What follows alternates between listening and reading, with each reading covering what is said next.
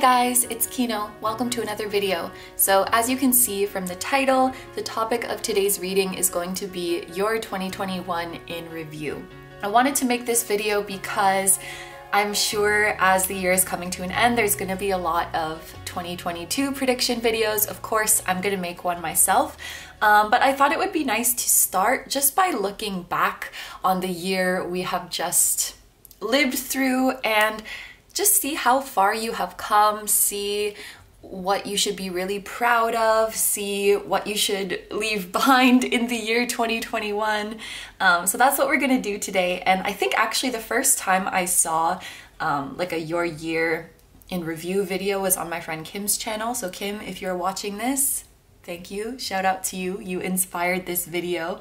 And as you can also see from the title, today's video is also a personal reading giveaway, so if you guys are interested in participating, stick around because I'll explain how you can enter. If not, there will be a timestamp down below to choose your pile, so you can just skip forward to that. So if you're still here, hello and welcome to the personal reading giveaway. I had this idea for the month of December to make a bunch of videos on this sort of theme about saying goodbye to 2021 and bringing in the new year. And I thought it would be nice to do a personal reading giveaway in each of those videos, just as a way to say thank you for another wonderful year and to celebrate the holidays. So this video is the first of many. I'm not sure exactly how many I'm going to be putting out, but it's the first of a few. So you'll have a few chances to enter if you want to. So in order to participate, you just need to comment on this video. Let me know which reading you chose and how it resonated with you. And because the topic of this video is your 2021 in review, let us know at least one thing that you're really, really proud of yourself for that you did in 2021, whether it's like personal growth or a professional achievement, whatever it might be. And also, you don't have to write like a super long comment. It can literally be like, I chose pile 2. It was good. I'm proud that I made my bed this year. Like, it can literally be something like that. You don't have to write a really, really long comment unless you want to. I would be happy to read it, but don't overexert yourself to enter because all entries are valid. And I'm gonna select it randomly anyway. It's gonna be totally random. But yeah, so I will announce the winner 7 days after this video is uploaded. So whatever day this is up, 7 days after that date is the cutoff. Maybe I'll like put the cutoff date in the pinned comment just so it's very clear. And I will be announcing the winner on the community section of my channel just so you guys know and like everybody can see that I did pick a winner. But I will also be responding to the winner's comment. If you win, I will reply to your comment. I'll let you know that you have won, and I will provide you a specific email address to reach out to me so that we can discuss your reading. The reading will be in a pre-recorded video format, so you will just have to let me know your questions. For the most part, I'm generally okay with the questions people ask. There may be a couple that I'm uncomfortable reading for, but I figure we will cross that bridge when we come to it. Like, we can have a little back and forth in the emails and figure out what we want to do. I'm not going to set a length of time for the video, but the reading will be 2 questions. So you can ask 2 questions and the length of the video will just be however long it takes me to answer those questions. They don't have to be about the same topic either. Like, you can ask 1 question about your love life, 1 question about your career, for example. If you are notified that I replied to your comment, please make sure that there is a check mark next to my name so that you know that it's really me, just because there are a lot of impersonators and scammers out there. And please remember that this is a giveaway, so the reading is free. It costs $0. If I respond to your comment and I say that I'm going to give you a reading and that you have to pay me, that is not me. I will not ask you for money in the comments. I will not ask you for money in our email correspondence. So just be, is diligent the word? or vigilant, whatever. Just be on the lookout because there are scammers out there. So when you send your email to me, if you are the winner, I just ask that you send a screenshot of the notification that you received when I replied to your comment so that I know it's really you. And make sure that you send a screenshot of the actual notification and not of the comment itself, because if you're the winner, you're the only one who can see that that notification. But anybody could like scroll and find the winning comment and send me a screenshot of that. So don't send me this, send me this. Yes? So I think that's everything. This is the second time I filmed this because the first time I just, you know, it was my first time speaking the rules out loud, and so it was just very messy and all over the place, but I feel like I got the hang of it now. So let's move on to your pile selection. There are 4 readings for you to choose from today, so I'm going to show you each of the crystals one by one, and then please pick whichever one you feel drawn to the most. Number 1 is Fuchsite. Number 2 is Magnesite. Number 3 is Vanadite. And number 4 is Pink Opal. Okay, so as always, take all the time you need to pick. You can pause the video if you need to. I'm gonna go ahead and get started with number 1. Hi number 1s, so if you guys chose the Fuchsite, this is going to be your 2021 in review. So as usual, I'm going to start off with a quick breakdown of this reading. Today, I'm really feeling that the spirit guides want to come through and do this reading with us. So think of this reading as messages from your spirit guides about your year. What's the opposite of a year ahead? Your past year. We're gonna start by shuffling this deck and we're gonna pull a couple cards to see your energy coming into the year of 2021 and your energy leaving it. So this is when your guides look at your energy, how did they see you at the start of this year versus the end of this year? And then we are gonna shuffle this deck and we're gonna see what's your biggest accomplishment of this year according to your guides. Like, what are they most proud of you for? What they want you to hold on to or keep trying for or bring into the new year. What they want you to let go of and leave behind in 2021, whether that be a habit, a way of thinking, a relationship, whatever it is, and then just any kind of additional advice that they want. And we're also going to take a look at some oracle cards at the end of the reading just for any last messages and advice they have for you. So that is how we are going to do it today. Without further ado, let's get right into it, starting with the She-Wolf Tarot. And we'll take 2 cards from this one. So for group number 1, for our Fuchsite, how do you see their energy coming into 2021? What was their energy like at the start of the year? We have the 4 of Swords. And how do you see their energy leaving the year? What is their energy like at the end of this year? Ace of Swords. Oh, wow. Okay. So we do have a lot, well, only swords energy coming through here. I don't know if you guys are an air sign or air dominant. The camera timer just went to 222, so it could also be that there is a significant partner or a significant person in your life who is an air sign. But this can also be an indication that you guys have been very in your head this past year. Maybe there's been a lot to think about and a lot to reflect on. In this deck, the 4 of Swords, normally we would just see somebody like lying down, lying down on a bed, sleeping. This one does look a little bit more sad or disappointed. So maybe some of you guys have been in your head, I don't want to say in a negative way, but maybe not feeling so hopeful, if I'm being honest.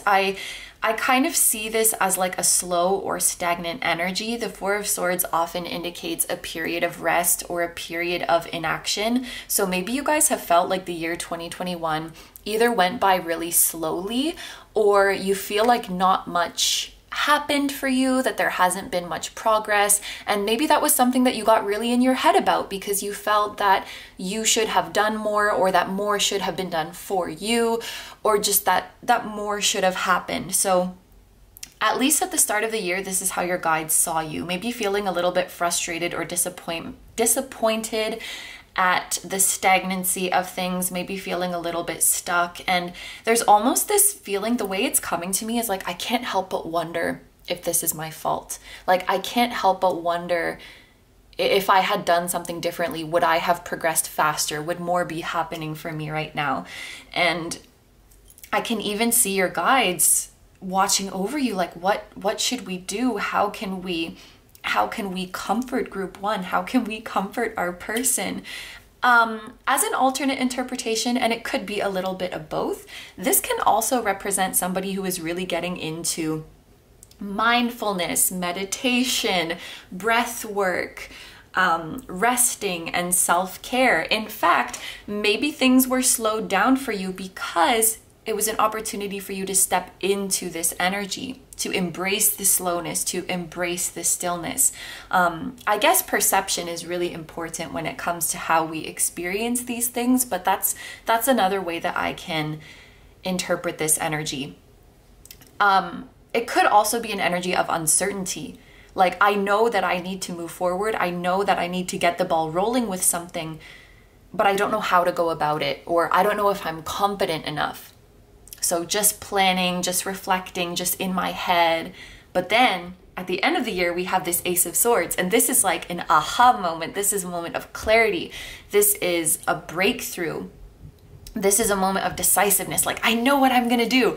So when I look at this transition, I see someone who's been really heavily in their head, really reflecting, and then finally they're like, I know how to get out of this stagnation, whatever it is. I know how to get unstuck. I know what my next move is. It's clear to me now what I want to do. If I can give a concrete example of this, just so maybe it's easier to understand the idea that I'm being shown, it's like somebody who took a gap year, or maybe who took several gap years, or took time in between jobs because they didn't know what they wanted to do next. And they feel that pressure of like, I need to decide what my next move is, but there's nothing that's really calling to me, and I don't want to like take action just for the sake of taking action. So for now, I'm just sitting here, but I do feel shitty about it because I want to get going. And then at the end of the year, they're like, holy crap, this is it. This is what I'm going to do. This is how I'm going to get unstuck. This is how I'm going to get out of my funk. I think this will be the case for many of you. I could also see this as like somebody who's been practicing meditation with the hopes of having a breakthrough. Like maybe they've been trying to meet a spirit guide. They've been trying to summon some sort of epiphany. And then with the Ace of Swords, the epiphany is finally coming to them. So if you've been doing any consistent meditation, you know, the meditations that have a purpose, you know, like meet your spirit guide, meet your soulmate, see a scene from your past life. This Ace of Swords can represent like you're having a breakthrough there where you're finally seeing what you want to see or experiencing what you want to experience by the end of this year. So if this Ace of Swords hasn't happened yet, your guides see this coming for you by the end of this year. So feel free to claim one or both or all or however many interpretations I gave for these cards. But this is a pretty cool energy. And what I just noticed, it took me a while, but when I see the numbers 1 and 4 together, that combination is just very angelic to me. It makes me think that angels are in the building. So maybe there is an angel or an archangel who is, you know, a very important spirit guide for you. Okay, I'm seeing the color pink, and oh my gosh, it's totally slipping my mind which archangel is associated with the color pink. I will definitely look it up when I'm finished filming, and I'll put it in a subtitle because it's totally slipping my mind right now, and I feel dumb, but I'll remember. I'll remember. So we're gonna move on now to the Mystical Manga deck and get a little bit of deeper insight into your past year. So the first thing we want to see is your biggest accomplishment, what your guides are the most proud of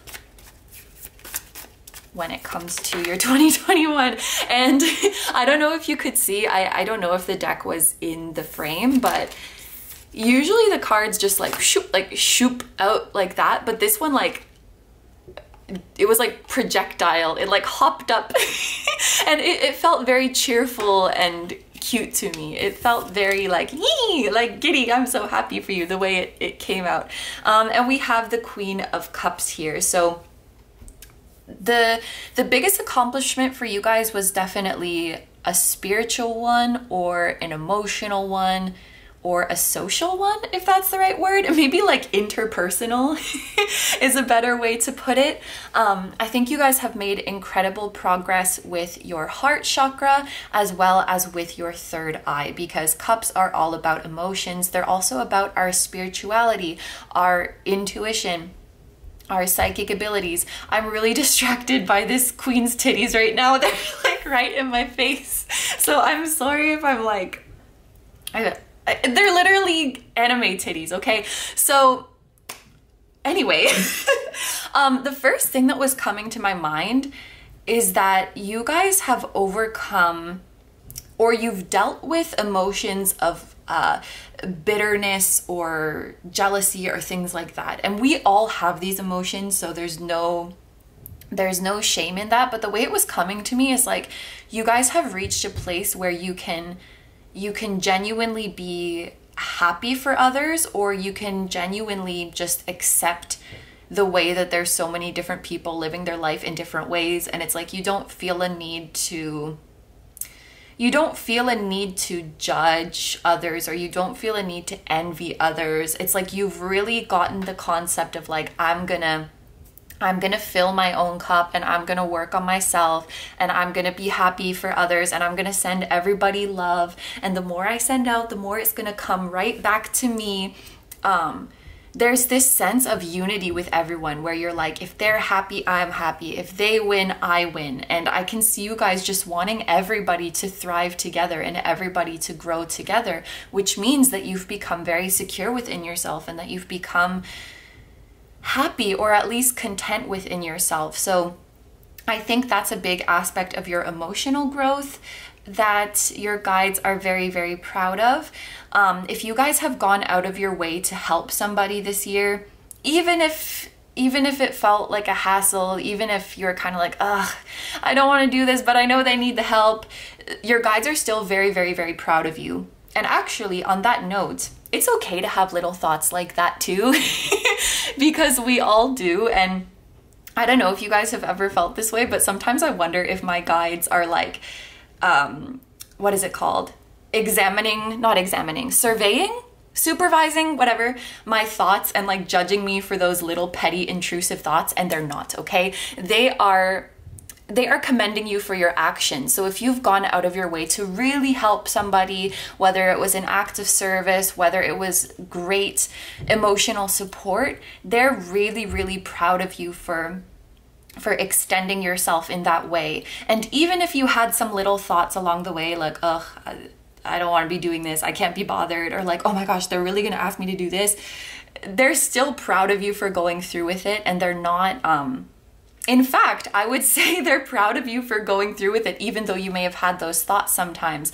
Like, I'm seeing somebody who maybe went out of their way to do things for their boss, or for a coworker, or for a friend who was going through a tough time.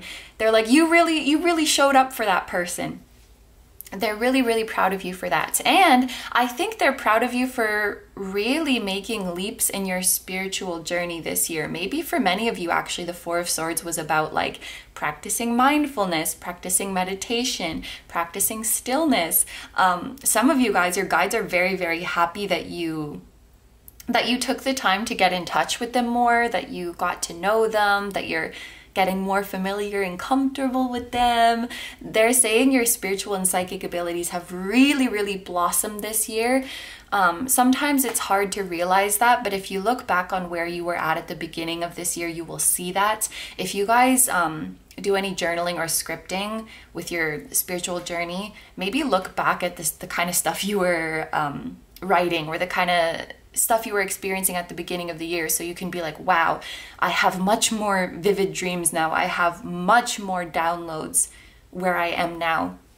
Sometimes we just need to look back and see where we came from to know how far we've progressed. And they're really emphasizing that point when it comes to the growth of your spiritual and psychic abilities. So let's take a card now to see, what do they want you to keep trying at? What do they want you to hold on to?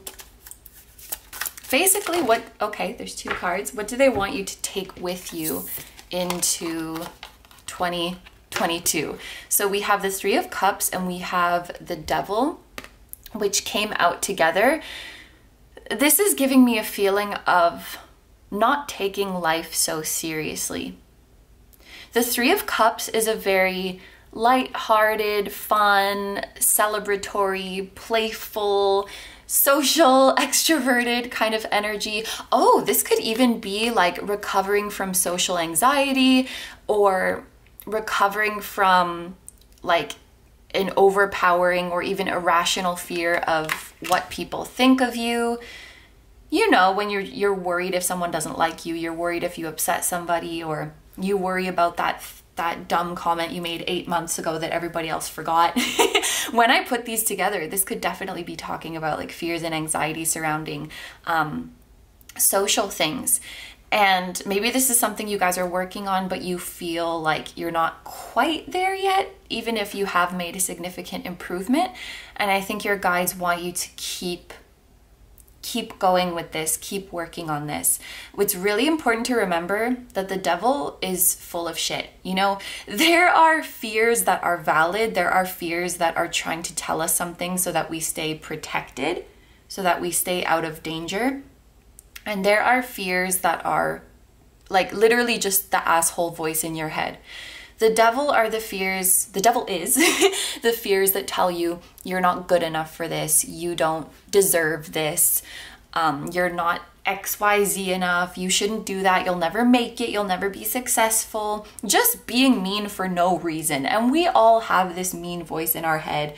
And we all have fears, but it's really, really important to be able to make the discernment. Like, is this fear being brought to my attention to benefit or protect me in any way? Or is it just trying to bring me down? Because the Devil just wants to bring everybody down with him. Okay? He wants to keep you in these chains. He wants to keep you feeling like you need him. And the Devil's very sneaky because he disguises himself as a fear. Like, I just want to help you. Oh no, I'm stopping you from going out there because everyone's gonna hate you. Everyone's gonna laugh at you. I just want to save you from that embarrassment. It's like, shut up, you're so full of shit. That's the Devil, okay? Like, and he's very, very sneaky like that. He makes you think that he wants the best for you, but he doesn't. This is the kind of fears we're dealing with. And honestly, maybe for some of you guys, this is a person in your life, like with the 3 of Cups here. Maybe this is somebody in your social circle that you've been trying to move on from, and your guides are really happy about that, really proud of you for that, and they're saying keep going. It might be tempting to go back sometimes because the Devil is very, very tempting, but remember why you left. Maybe that's a specific interpretation for some of you. For most, I feel it's more about your fears surrounding like socializing or meeting new people or putting yourself out there, being more of an active participant in your community, and also showing people more like your uninhibited side, because I do often think of them as like they're drinking alcohol. I'm not saying your guides want you to drink alcohol, but you know, when you have that buzz and you're more uninhibited, you're not overthinking every single little thing you do or say. You're just saying what's on your mind. You're being kind of silly. You know that feeling? You're feeling a little bit more outgoing. I think your guides want you to overcome those fears so that you can be like that. Maybe it's even, you know, so that you can be like that without alcohol, you know? You don't need the courage of it. You can just say what's on your mind and be silly and not worry about every little thing you said. Like, oh, even if you do something dumb, like, oh, they're just gonna forget about it tomorrow because they're concerned with their own stuff. But like becoming more comfortable in crowds, becoming more comfortable in your social circle, with an audience even. Maybe your guides are prepping you for some moment coming in the future where you're gonna have an audience, or you're gonna be performing or presenting something in front of people. But don't be afraid of people, okay? Like, you know, it's very stereotypical, but you know when someone's like public speaking or performing and we say to picture people in their underwear, it's that idea of like, we're all just people, you know? We're all just doing our best. We all eat and sleep and go to the bathroom.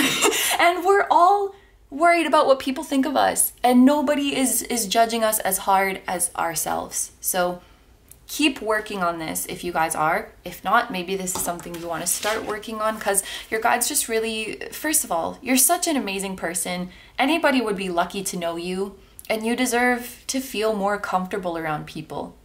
And I guarantee you, people think really positively about you and say really positive stuff about you. You have absolutely nothing to worry about. The devil, like I said, is very sneaky and very skillful at making us think we have something to worry about.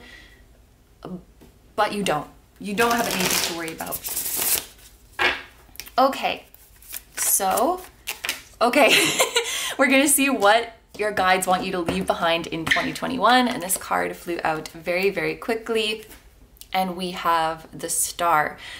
Interesting. So the Star talks about a bright future or hope for the future.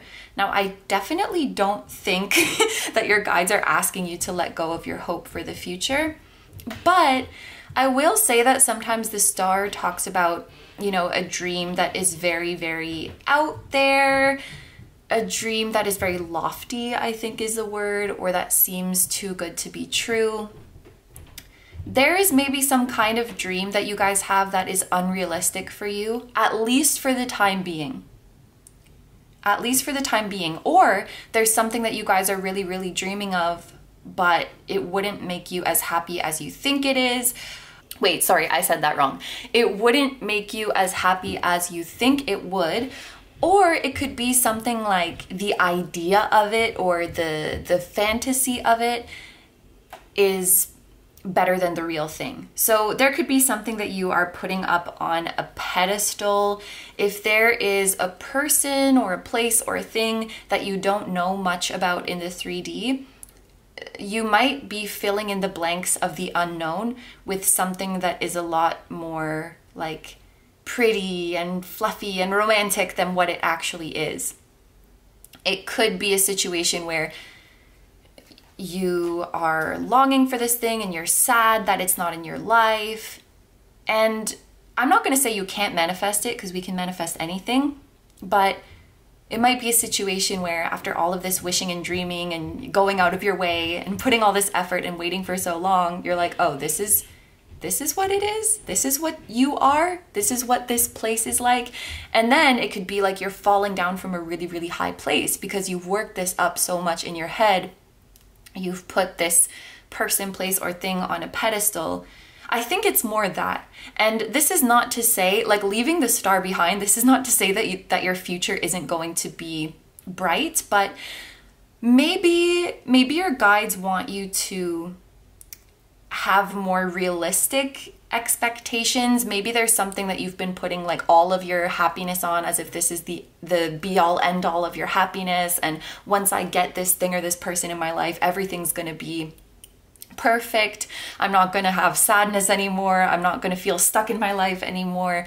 And I guess they're warning you against putting all of that in one place and being a bit more realistic about, you know, there's only so much any given thing or any given person can do for you.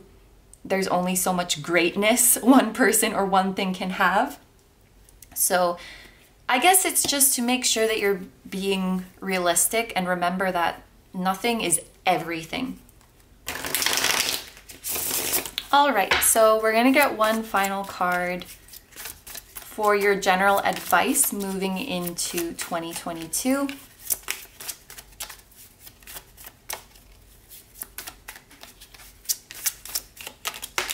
And we have the Knight of Coins. Slow and steady wins the race is the phrase that is coming to my mind right away. We also have Justice at the bottom of the deck, which I feel like putting here. The reason I feel called to put Justice is because there's some message for you here about, like, you deserve blessings. And in the end, you will get what you deserve. In the end, you will get out what you put in.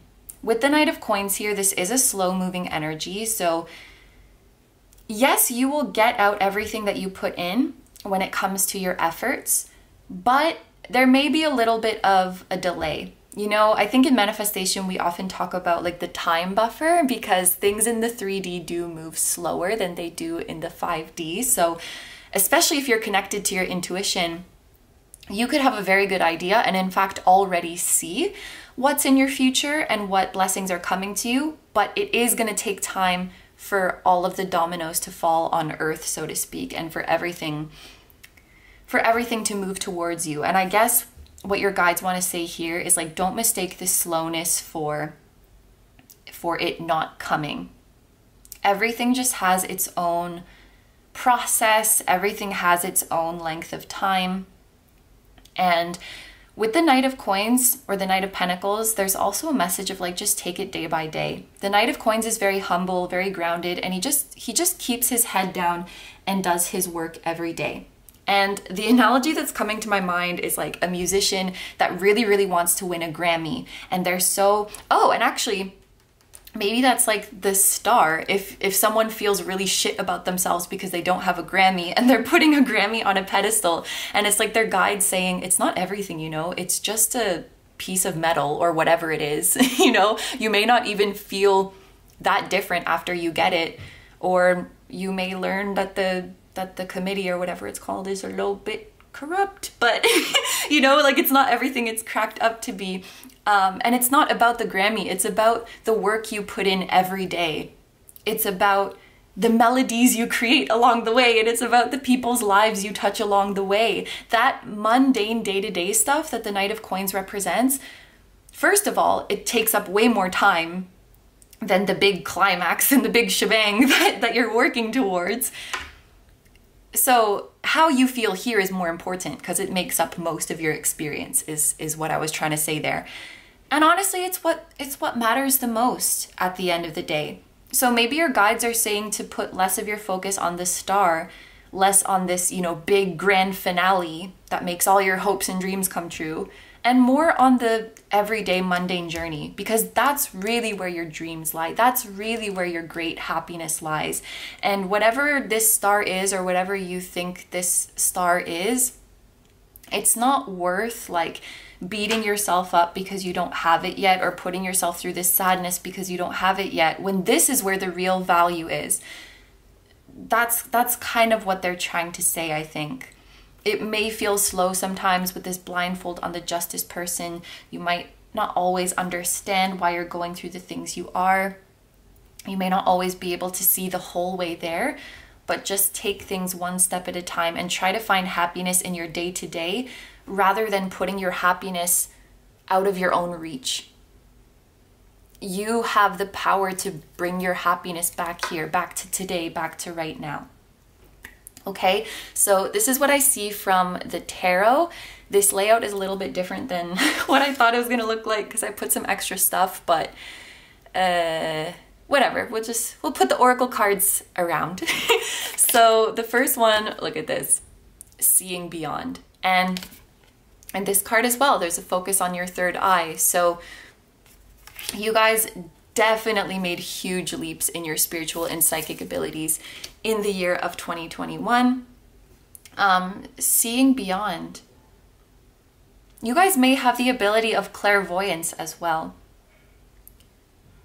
I think you guys, if I could guess your spiritual abilities, I would say that you guys are empaths or clairsentients, so you can feel the emotions of other people, as well as clairvoyant. So you might have really, really vivid dreams. You might be able to see things in the soul world in your mind's eye. You might even be able to see things that are taking place on Earth, like in real time. And you know what's interesting? I feel like those two abilities, at least what I've seen in readings, they often go together. Like someone who has clairsentience also has clairvoyance, or I see that a lot. That's very interesting.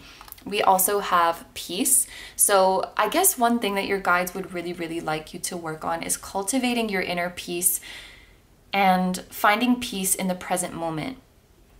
And if they had advice for you moving into 2022, prioritize your own inner peace. I feel like at the end of the day, all we have is our peace of mind. And I think this is just my personal opinion. I feel like there's few things that are really worth giving up our peace of mind.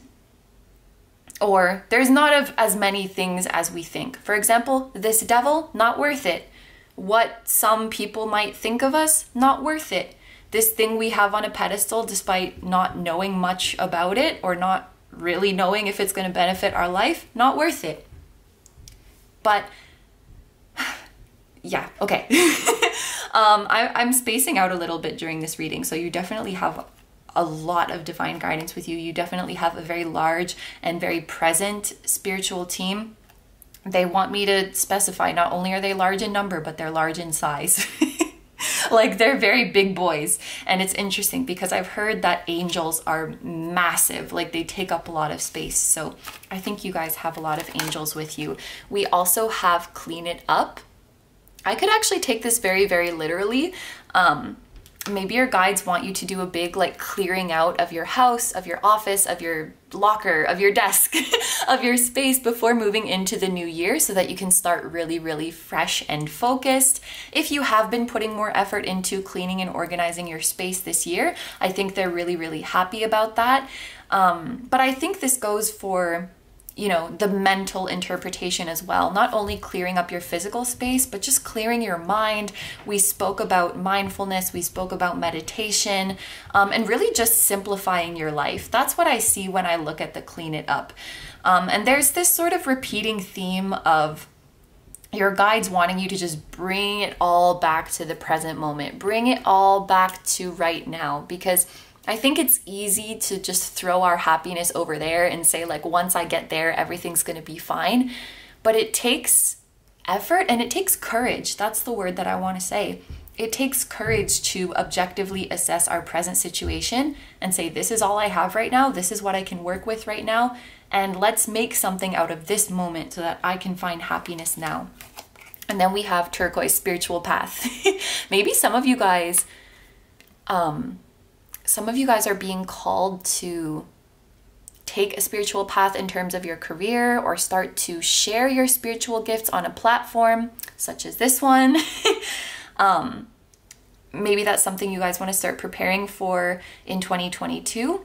Or if that's something you've already started this year, I think this is a hint from your guides that it's going to go super, super well. It says your true beliefs are becoming clear to you, which prompts you to make necessary life changes. Maybe there's a need for you guys to really assess. Oh, yeah, okay. There's a need for you guys to really assess what it is that you want and make the distinction between what your ego wants, what your ego thinks is shiny, and what will truly make your heart happy and what will truly bring lasting and meaningful stability into your life. I think within that question lies your Ace of Swords, lies your epiphany, lies the key to getting unstuck, so to speak. And as you heighten your spiritual gifts, I think this will become clearer and clearer to you, and you'll see what changes need to be made. And I'm hearing like process of elimination. So maybe this clean it up is important because start with the things that are obvious, you know?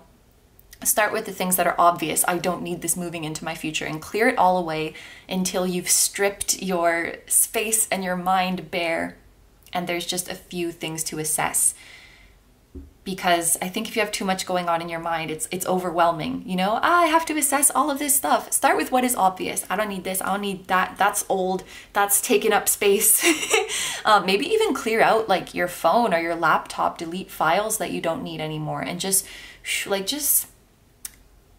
clean it up, start fresh, and then work from there. But like this card says, there are some changes to be made. There are some useless fears and maybe unrealistic or just not beneficial expectations on yourself or others to let go of. But this is what I see for you guys for your 2021 in review. So I'm going to end the reading here. Thank you very, very much for letting me do this reading for you. I hope you have a wonderful day or night whenever you're watching, and I wish you all the best. Please take good care of yourself, stay healthy. Don't forget to like, comment, and subscribe if you feel like doing that. Remember, if you guys do want to participate in the giveaway and you haven't watched the instructions and what to do if you win, you can find the timestamp for anyone who's interested in participating. I also have a Patreon, so if you are interested in seeing exclusive pick-a cards where you get to choose the topic, that will be linked down below too. Sending you guys lots of love, and I'm sending your spirit guides lots of love as well. I'm very, very grateful to them for coming through today. I love this flame, by the way. It looks super like bright and cheerful and healthy. I think overall your spirit guides are very, very happy, very giddy, if I'm being honest. They're super happy about the progress you're going to make in the coming year. It's going to be really, really good. You're going to feel really good about yourself. And 2022 is going to be a very empowering year for you guys, where you realize like a lot of the stuff you've wanted, you could do it yourself. Like it was in your hands. You could create your own joy. And that's going to be a really heartwarming, they're saying, I guess heartwarming for them, and very liberating for you. So yeah, thank you to you guys. Thank you to your guides. I hope you have a lovely rest of 2021 and an even better 2022. And I will see you guys in the next one. Bye bye. Hi number twos. So if you guys chose the Magnesite, this is going to be your 2021 in review. So as always, I'm going to start with a quick breakdown of the reading. Like I was mentioning to group one, I really feel that spirit guides are coming through strongly in today's reading. And so I want to let them come through and do this reading with us. And this will sort of be like their review of your past year. We're going to start with this deck, pull a couple cards from here, one to represent your energy coming into 2021 and one to represent your energy leaving 2021, and then we can sort of analyze how it has shifted throughout the year. And then we're going to use this deck to see what your guides are super proud of that you've accomplished, or ways that you've grown this year, what your guides want you to keep working at, keep holding on to, and bring into 2022 with you, what they would like you to drop and leave behind in 2021, and any other advice they have for you. And then we're going to also finish off with these oracle cards just for any additional messages and advice. So let's get right into it with our She-Wolf Tarot deck. We're going to take two from here. And so this is going to be like when your guides look at you at the start of the year versus when they look at you at the end of the year. How did they see that energy growing and changing? So can I get a card to describe group two's energy at the start of this year? And we have the Two of Cups. And can I get a card to describe group two's energy at the end of this year?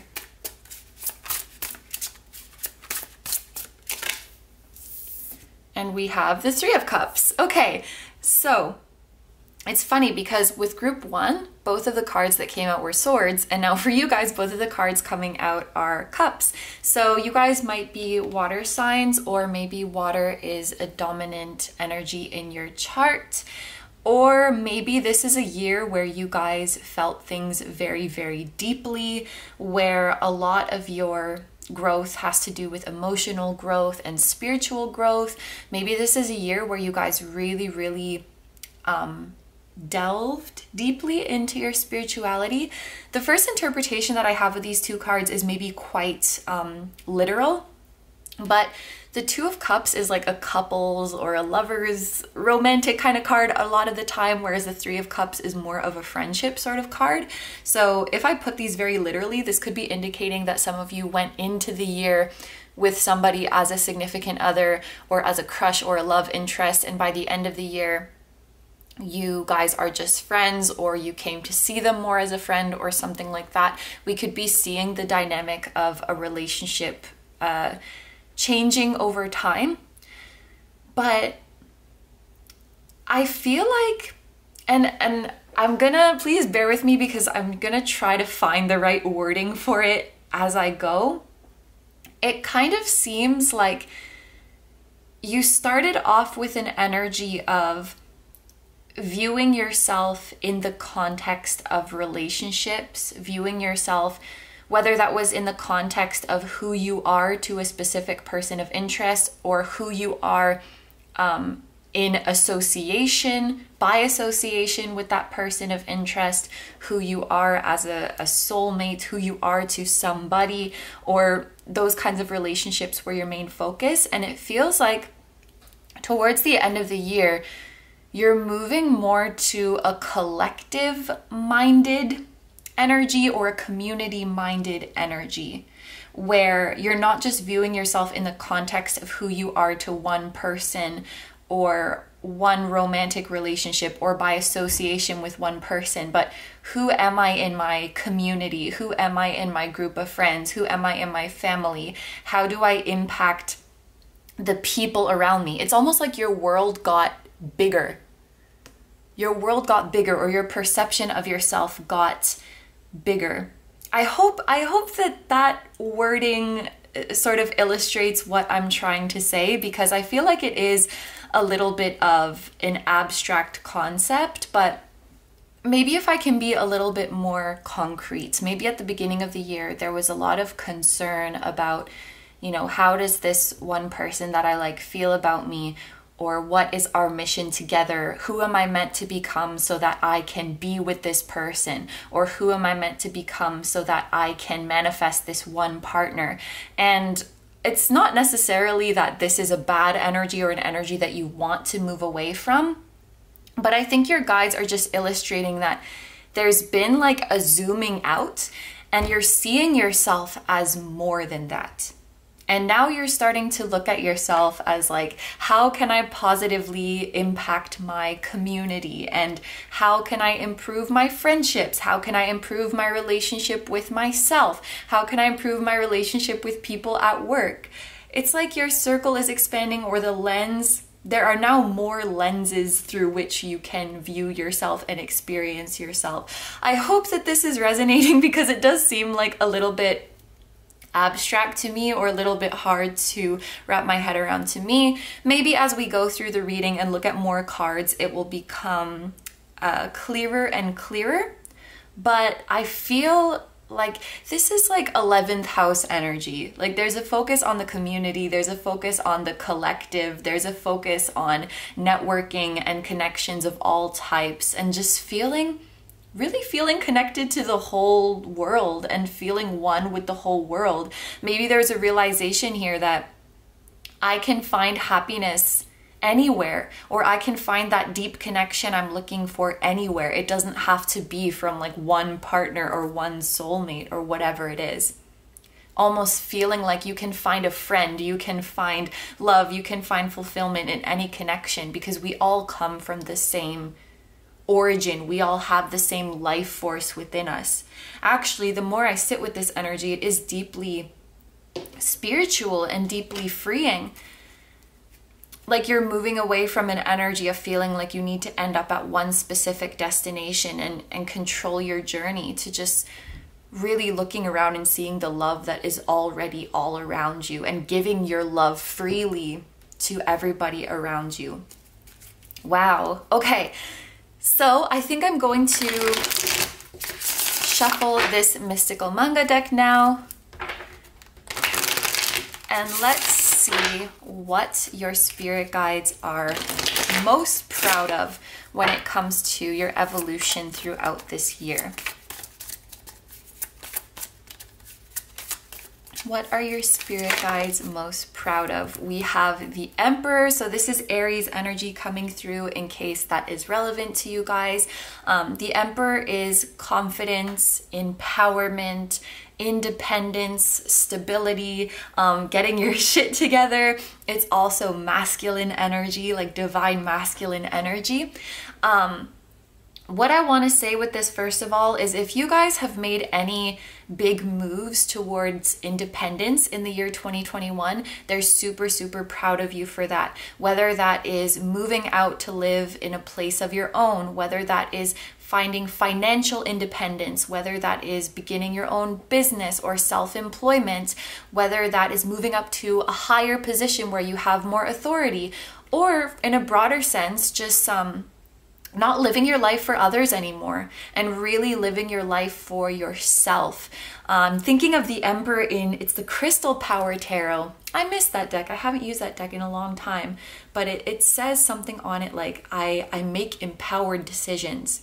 You make decisions for yourself. You make decisions for your future. You make decisions to empower yourself and put yourself at an advantage. And when I say put yourself at an advantage, it's not like you're at an advantage over others or you're above others or anything like that. But it's making decisions so that you can end up in a place with the most freedom, with the most options, with the most independence, where you don't have to rely so much on what others do or what others don't do. Like you're in charge. You're steering the ship. So I think you guys have made a lot of decisions this year to empower yourself, to really come into yourself and really live life by your own rules. And your guides are really, really proud of this. If you guys have been on a journey of confidence, a journey of self-love, learning how to be happy on your own, these are all things that your guides are super, super happy about. And they're telling me that you are unstoppable. The Emperor is like a force to be reckoned with. When he's motivated and when he wants something, he has that masculine go-getter, beeline, action-taking energy, and he has the strength and the magnitude of a giant boulder. Like he cannot be knocked over. And your guides are saying when you want something and you direct all of your energy towards it, nothing can stop you. Your momentum is too heavy. Like nothing could slow you down or stop you. So whatever it is that you guys want, put all of your heart and soul into it and you are sure to be successful. Your guides are so, so excited for what you will accomplish in 2022 with your newfound confidence, because they're like, oh, they're starting to catch on. Group 2 is starting to catch on about how powerful they are and what they can do in this world. It's like you're not giving your energy away to other people anymore, or you're not living to please other people anymore. And some people, okay, some people around you might be scared that you're starting to realize how powerful you are. There may be some people whose best interests it was in for you to not know that. That's an interesting message that's coming through, but the way I'm seeing it is like a government who's ruling over their people in a not very nice way. And if the people just realize that they have strength in numbers and that they can overthrow the government if they work together, that would make the government very scared if they ever figured that out. So there might be some force in your life, whether it's a boss, an employer, or just some very controlling people in your life who, like, you not coming into this energy and you not knowing how powerful you are was kind of in their best interest. And now that you're starting to realize you're the Emperor and step into this energy, that might make them uncomfortable. But don't let anybody sway you. All right, so we're gonna take a card now to see what do your guides want you to keep going at? What do they want you to hold on to? What do they want you to continue in 2022?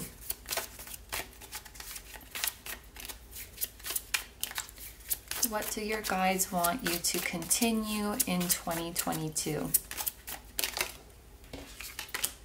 We have the Seven of Swords. Interesting. So the Seven of Swords, it is about deception and betrayal and things like that. Obviously, I don't think your guides are telling you to deceive people, but I'm thinking of the flip side of that, which is doubt, which is skepticism, which is discernment, which is not believing everything you see, not believing everything everybody tells you. You guys, this is interesting.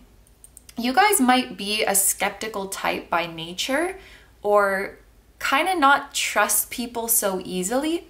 And while you may be thinking that that's something you need to work on, that's something you need to change, your guides are saying that this is actually a strength of yours, and they want you to know that there is room for healthy skepticism and there is room for discernment even within spirituality. I know that that could be a little bit confusing because so often we're talking about like, oh, just open and believe and trust your intuition and don't listen to that skeptical voice and blah, blah, blah.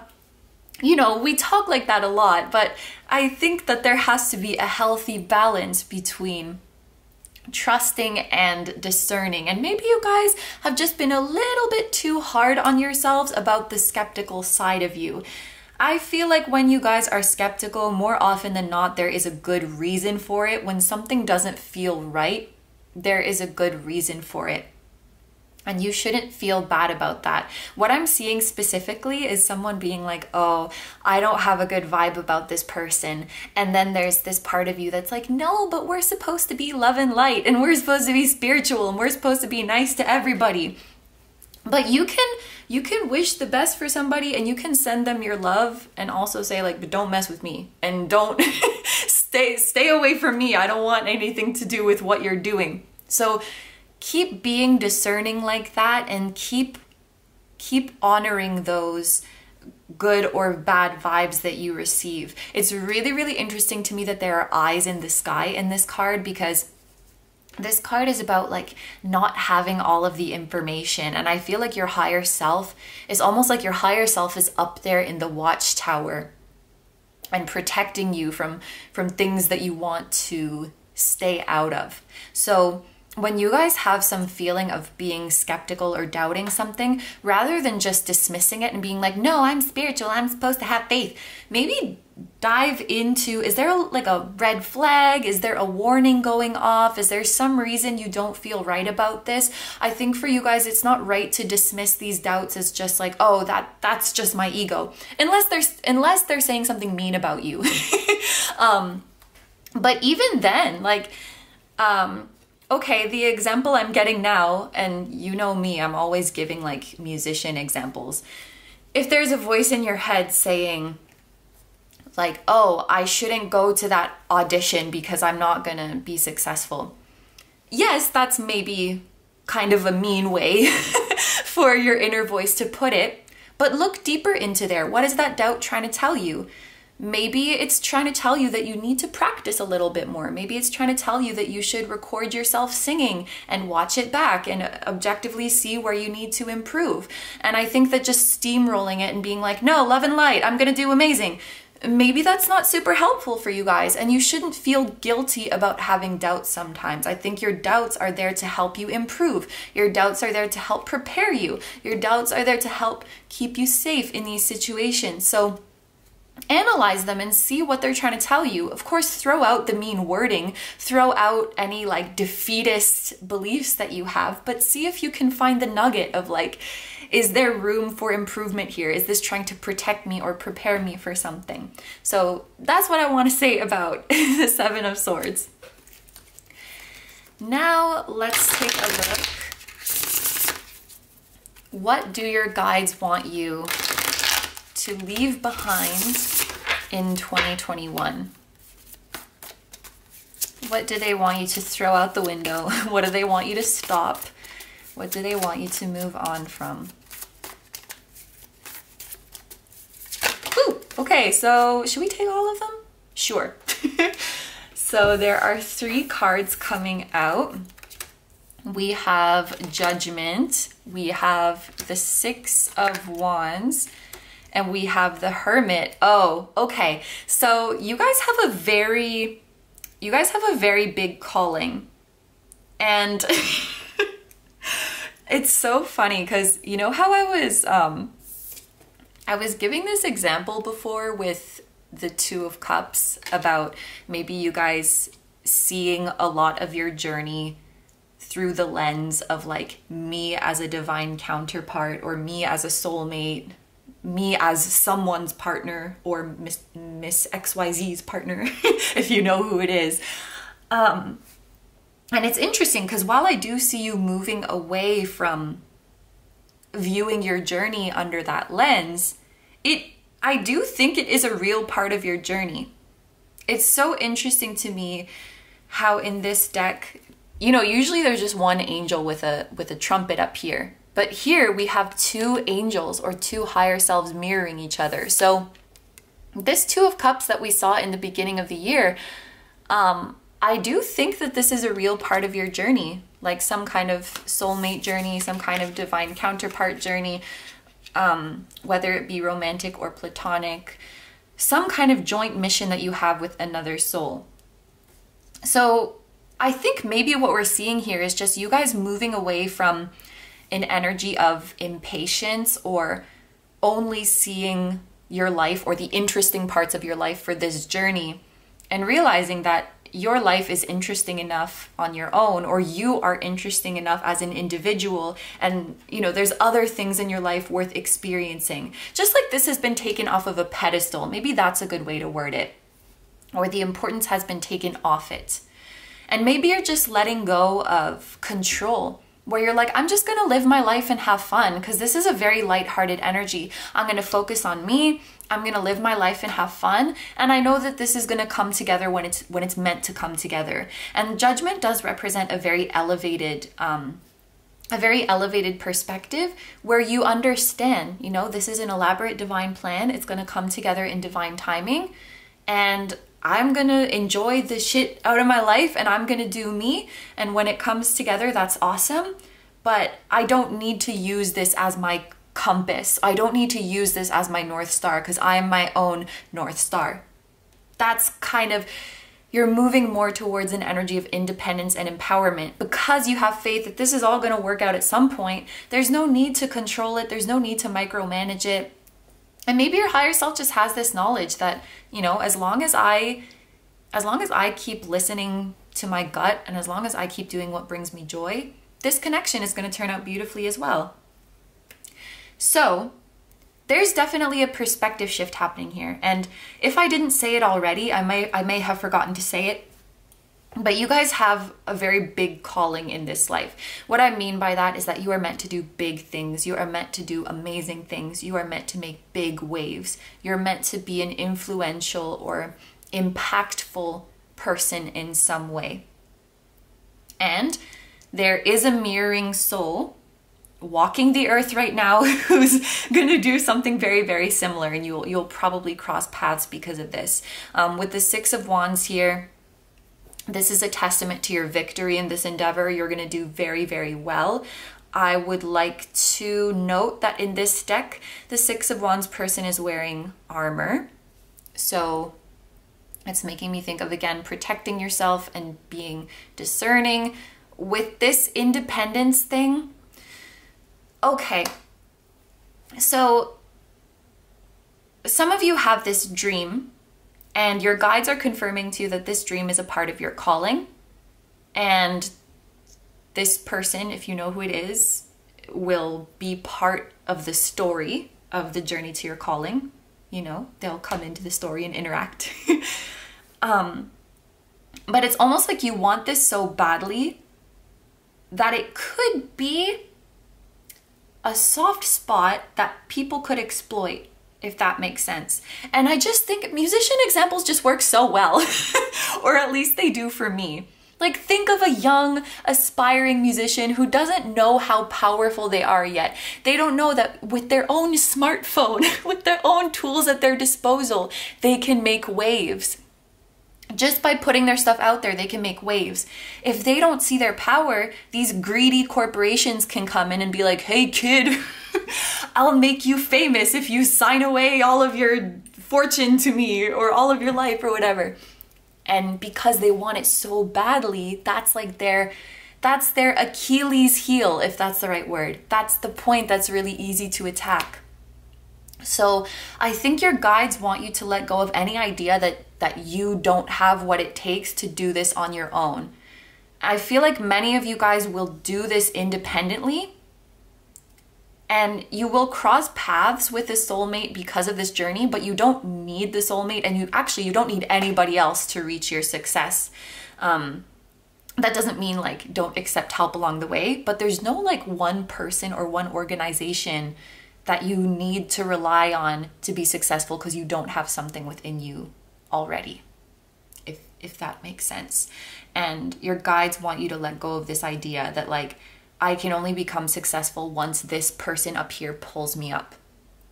You can work your way up here yourself, whatever your dream is. I use musician examples a lot, but it really doesn't have to be that. It can be any career or any calling that you guys want to pursue. If there are structures in place that don't feel right to you, don't let anybody tell you like you need to follow this way to be successful. Like if you know, like a lot of people say that you need a degree to be successful, or you need this and that qualification to be successful. And a lot of the time we can be creative and put things in our own hands and we can make waves anyway. Like, don't let those traditional structures fool you, or don't let greedy people take advantage of you. I hope that you guys understand what I'm trying to say. And there's another message here with the Hermit. Oh, actually, I can't believe I didn't realize that before, but the Hermit is also about marching to the beat of your own drum and being independent. I'm realizing too, there probably are some professions that require a degree or some sort of qualification, but just make sure that you're not like taken advantage of, or the word that's coming to my mind is almost like bullied into following a certain path because that's what society says is the key to success, or like the requirements to success. But the Hermit is also deeply reflective. It's deeply introspective. Think of somebody like locked away in their home in deep contemplation. They may be preparing to take action, but this is more, for me, this feels more internal, going within, pause in action. Some of you guys are maybe like waiting for this connection to come through to make your calling come to you, or waiting, like I said, for someone up here to pull you up to make your calling happen. You kind of feel like you're waiting or you're stuck somewhere. And I think your guides want you to realize that there's already a lot of moves that you can make on your own if only you are confident enough. And a lot of this is just realizing the power that you have. A lot of the things you think you need from other people are things that you can do by yourself. And again, it's not about never asking for help, but it's about never feeling stuck or frozen or paralyzed because this person isn't there to do this for me. It's about freeing yourself.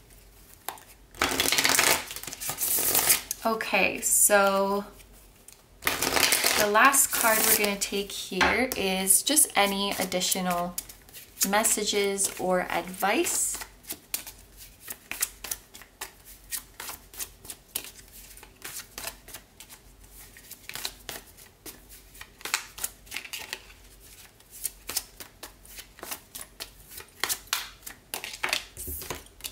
And we have the Eight of Pentacles, and then I'm going to take the bottom of the deck because I did that for group 1 as well.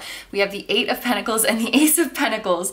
So your guides are saying there is some skill that if you, okay, for some of you, your guides are saying there's a skill that you already have. There's something that you're really, really good at that you can utilize, what's the word, that you can put into use for monetary gain that maybe you haven't realized yet. Something that you're already very good at that could provide you money. So maybe take stock of what it is that you can do, even if it's something really simple. Maybe you like cleaning or something. Maybe you can go and clean people's space for money, or maybe you like making jam and you can sell jam at the farmer's market or something like that. Maybe you like graphic design. You get the picture. Something that you're already good at can make you money that maybe you're not. And the word that's actually coming to my mind is exploiting, which maybe has a negative connotation, but you're allowed to exploit your own abilities, right? Nah, maybe that's not a good word, because exploiting kind of feels like you're burning yourself out doing it, but whatever. You guys know what I mean. I'm having a hard time finding the most like accurate word to say what I'm feeling. What else is new? For others of you, I feel like maybe you've just started to pick up a new skill, and so your guides are saying to keep it up, because this is like a practice makes perfect. With repetition, you will get good at it. And you could bring it to a place where eventually you could make money off of it. Like maybe you just started getting into reading tarot cards and you're like, oh no, I'm not that good at it. I'm just an amateur. And your guides are saying maybe now, but if you keep going at it and you keep trying and building up your skill, this could bring a lot of abundance to you in the coming year. Another thing that I really want to mention, because Eight of Pentacles, it's like slow moving energy. It requires patience and consistency. Make sure that you're not giving up too quickly on skills. Like, oh, you know, I tried tap dancing, I took a few lessons, but it just wasn't my thing. Maybe it's going to take you like 16 lessons until you get the hang of it. But I think a lot of people are guilty of this, but wanting instant gratification and giving up quickly on things, like if we're not experts at it the first 2 times we try it, we're just like, oh, I guess this isn't my thing.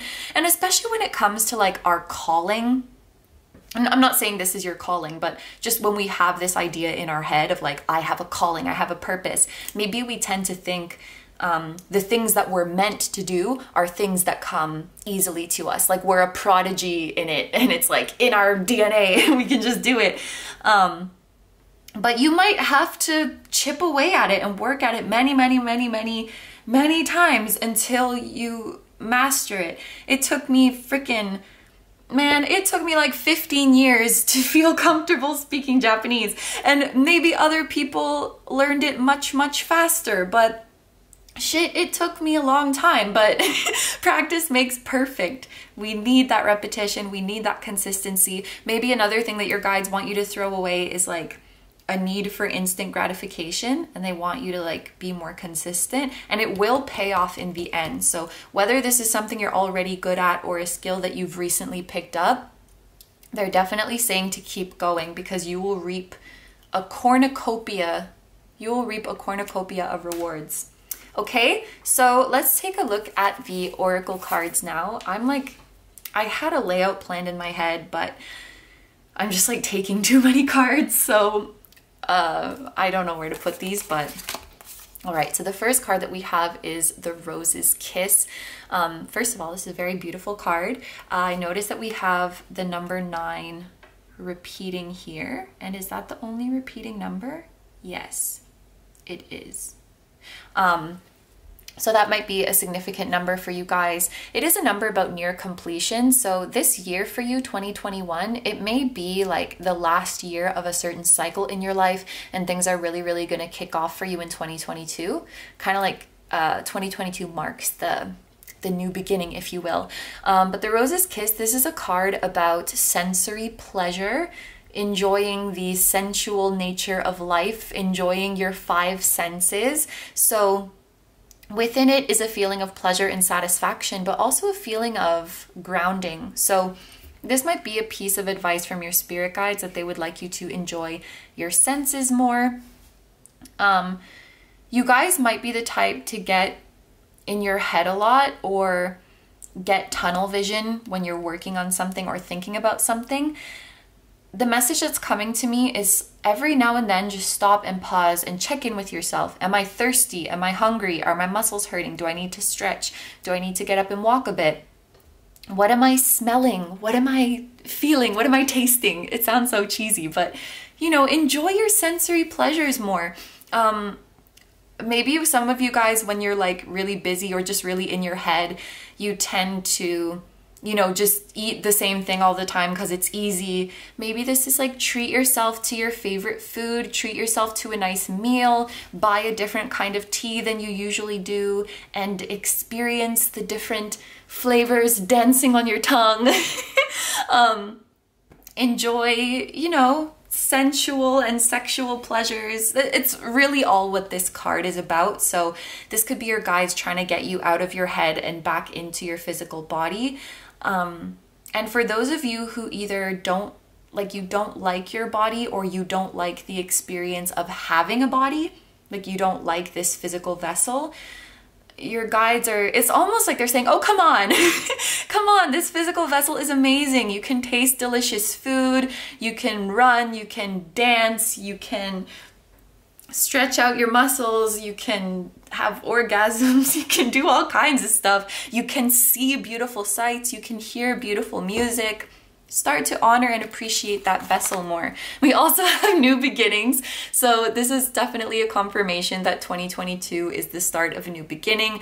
I actually really like that this is a waxing moon rather than a new moon, because I'm thinking of waxing moon in the Moonology Oracle deck, and it says the energy is gaining momentum. So it's almost as if like your new beginning has already started to roll. You know what I mean? And we're even talking about momentum with the Emperor. Like, your engine is already revving up. You're already ready for 2022. You're already ready for this new beginning. And then, oh my gosh. So, milk and honey, this is literally the same meaning as the Rose's Kiss. Or at least, I haven't read this guidebook in a long time, but I always interpret this card like this. Pleasure, satisfaction, the little luxuries of life, enjoying sensuality, enjoying your senses. I'm not gonna talk about this all over again because I think these are saying the exact same thing, and it is probably coming out twice because like your guides really, really want to drive this point home. You deserve to feel good in your body. You deserve to enjoy sensual pleasures. You deserve to enjoy sexual pleasures if you're someone who enjoys that. And then we have, oh my gosh, and I was talking about control issues. Utilize your God-given strength and power instead of fearing that others may try to control you. Pretend this is a mic, and I just drop it because that's like exactly what we said with all of this stuff. You can control your outcome. And if you don't, others will control you. There's that quote that's like, if you don't build your own dreams, then someone will pay you to build theirs. Or I don't know, I probably messed up that quote, but it's like, if you don't decide your destiny, someone else will decide it for you. Or if you don't build your dreams, then you'll build someone else's dreams. The Emperor is just, it's all about bringing the power back to you. It's all about bringing it back to you. This God-given strength, think of it as, well, you can think of it as literally strength given to you by God if you resonate and believe in the entity that is God. You can also think of it as source energy, spirit, the divine energy coursing through your veins. And, you know, these people that you might think you need or who are above you, they don't have any divine energy in their veins that you don't have in your veins. Yeah. So believe more in what you can do. Step into your masculine energy with this Emperor here. And I also think this control issues is talking about, like I said, just letting go of feeling the need to control this journey, and knowing that as long as you keep following your inner compass, and as long as you keep discerning what is your inner compass and what is not, as long as you keep following your joy, everything's going to turn out beautifully. You don't need to check in on things so much. Just know that it's going well. I often, when I'm uploading videos, I check like 5,000 times. Is it still uploading? Is it unlisted? It's like, you don't have to check so much. Trust the damn Wi-Fi connection to do its thing, you know? And it always is still uploading, so like there's never actually a reason to check it. I don't know if that's like an applicable example to anybody, but it's the idea of like, if something's doing what it's supposed to do and spirit is doing what it's supposed to do, you don't need to check on it a million times. And how would you like it if someone kept doing that to you when you were doing your job? Like, how's that coming? How's it going? Are you winning, son? Are you making progress? You're like, yes, I told you I'm doing it. So not that the universe is getting annoyed with you, but there's just no need, okay? So it's funny. I feel like at the start of this reading, your guides were kind of shy and awkward and it was hard to talk. And now that we're at the end of the reading, I just feel like very, very chatty and very, very flowy. So I don't know if that was your spirit guides who were a little bit shy. And I'm smiling so much. It's very, very cute energy. Like they just take some time to warm up and come out of their shell. But then once they do, they can't stop talking. And you and your little Persian up here, you might be the same. Once you feel comfortable, once you get into your zone, like you're on a freaking roll. Like I'm hearing that Queen song, like Don't Stop Me Now. I don't know how it goes, but you know the you know the one. I'm probably not singing it right. Don't stop me now. That's the song that I think of for you guys. Like don't let me get on a roll. Okay, so those are all the messages that I'm seeing for you guys for your 2021 in review. So I'm gonna end the reading here. Thank you very, very, very much for letting me do this reading for you. Ladybugs might be significant for you guys. I almost forgot. And elephants as well. I hope you're having a wonderful day or night whenever you're watching, and I wish you all the best. Please take good care of yourself, stay healthy. Don't forget to like, comment, and subscribe if you feel like doing that.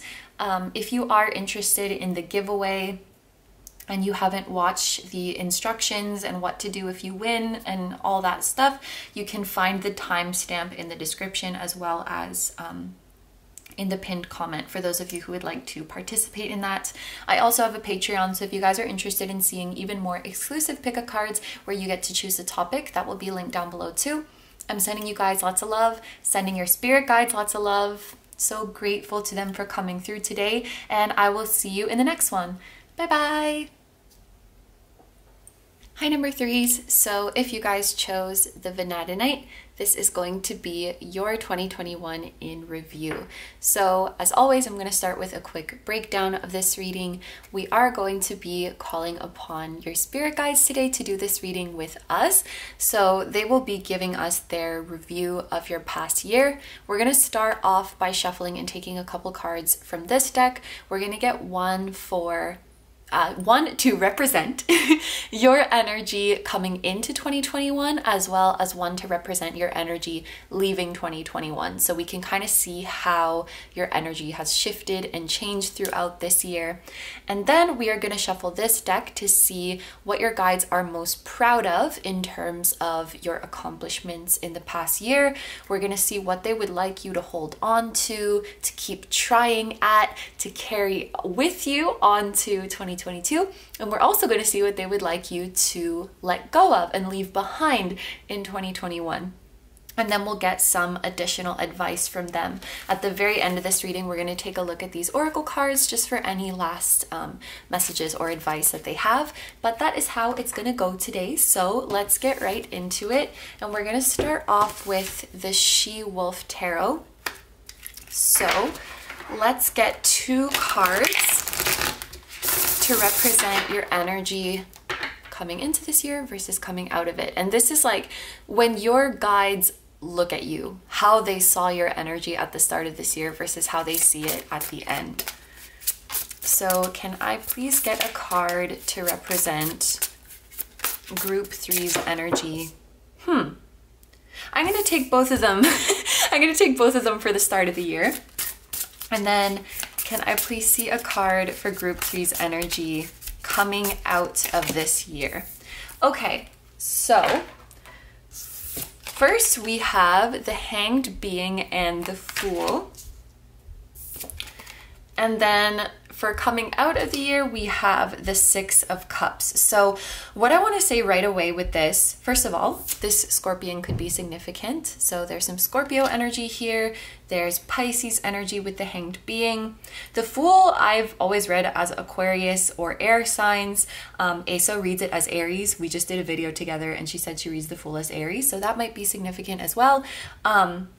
But what I want to say with the 6 of Cups first and foremost is that I think you guys are going to be leaving this year with a feeling of peace and serenity. I just filmed recently the December 2021 predictions, and when the 6 of Cups appeared in a pile, it was like all about inner peace and serenity. And so I think that that meaning is just still kind of fresh in my mind, and I think that's what your guides are trying to convey here. I think you're really coming out of this year feeling like, I did my best, I did everything I could, I have no regrets, and I'm moving into the year 2022 with hope. And this flying dove and the way this person is positioned, and actually even the Scorpion or Scorpio energy as well, it makes me think of surrender. Like, I'm not gonna leave this year with any hang-ups or regrets or, you know, feeling like there's unfinished business. I'm gonna welcome this new year with open arms and everything it has to offer me, and I'm gonna leave this past year in the past. This feels like surrender. This feels like serenity. This feels like allowing. Wow. Yeah, you're coming into the new year with a very, very good energy. There's also a feeling of safety and security with this card. And what they're saying to me is that you feel safe in the universe's arms, or you feel safe in spirit's arms. I think you're coming into the new year with this very deep knowing and this very deep intuitive feeling that it's gonna be, oh my gosh, what came to me is like one of the best years of your life. Like, you just have this deep knowing that it's gonna be a very, very good year. And honestly, you might not be so concerned with the specifics of how things pan out. And I can even see you guys coming into the new year, like, my only resolution is to just be happy this year and to be peaceful. I know it's gonna be a good year. And you might have specific goals, but there's this feeling like you're not sweating it. You're not sweating it. You're not stressing it. And you know what is actually really, really poignant about this beginning of the year energy? I think that you guys came into the year 2021 desiring to become this very energy, desiring to be somebody who welcomes the divine plan with open arms and allows their blessings to flow in naturally, who doesn't stress, who doesn't worry about the struggle to control everything, who has an inner peace that cannot be shaken. There could be something, just the way this person is standing, so like, you know, with their chest out, it makes me feel like confident and like I'm bearing all. I'm free to be myself, and I'm confident in myself, and I'm all natural, baby. I don't know, that's how it's coming to me. Like, you're not ashamed to be who you are. You're just embracing everything, and you're just letting it all hang out, letting it all fly. Totally open and allowing is how I see this. And I think this is exactly the person you guys have been striving to become. Of course, we're gonna look at more tarot cards to get in the specifics of your journey, but I think you guys have been through tremendous spiritual and personal growth this year, and just this in itself, you guys should be very, very proud of yourselves. I actually really like these cards together.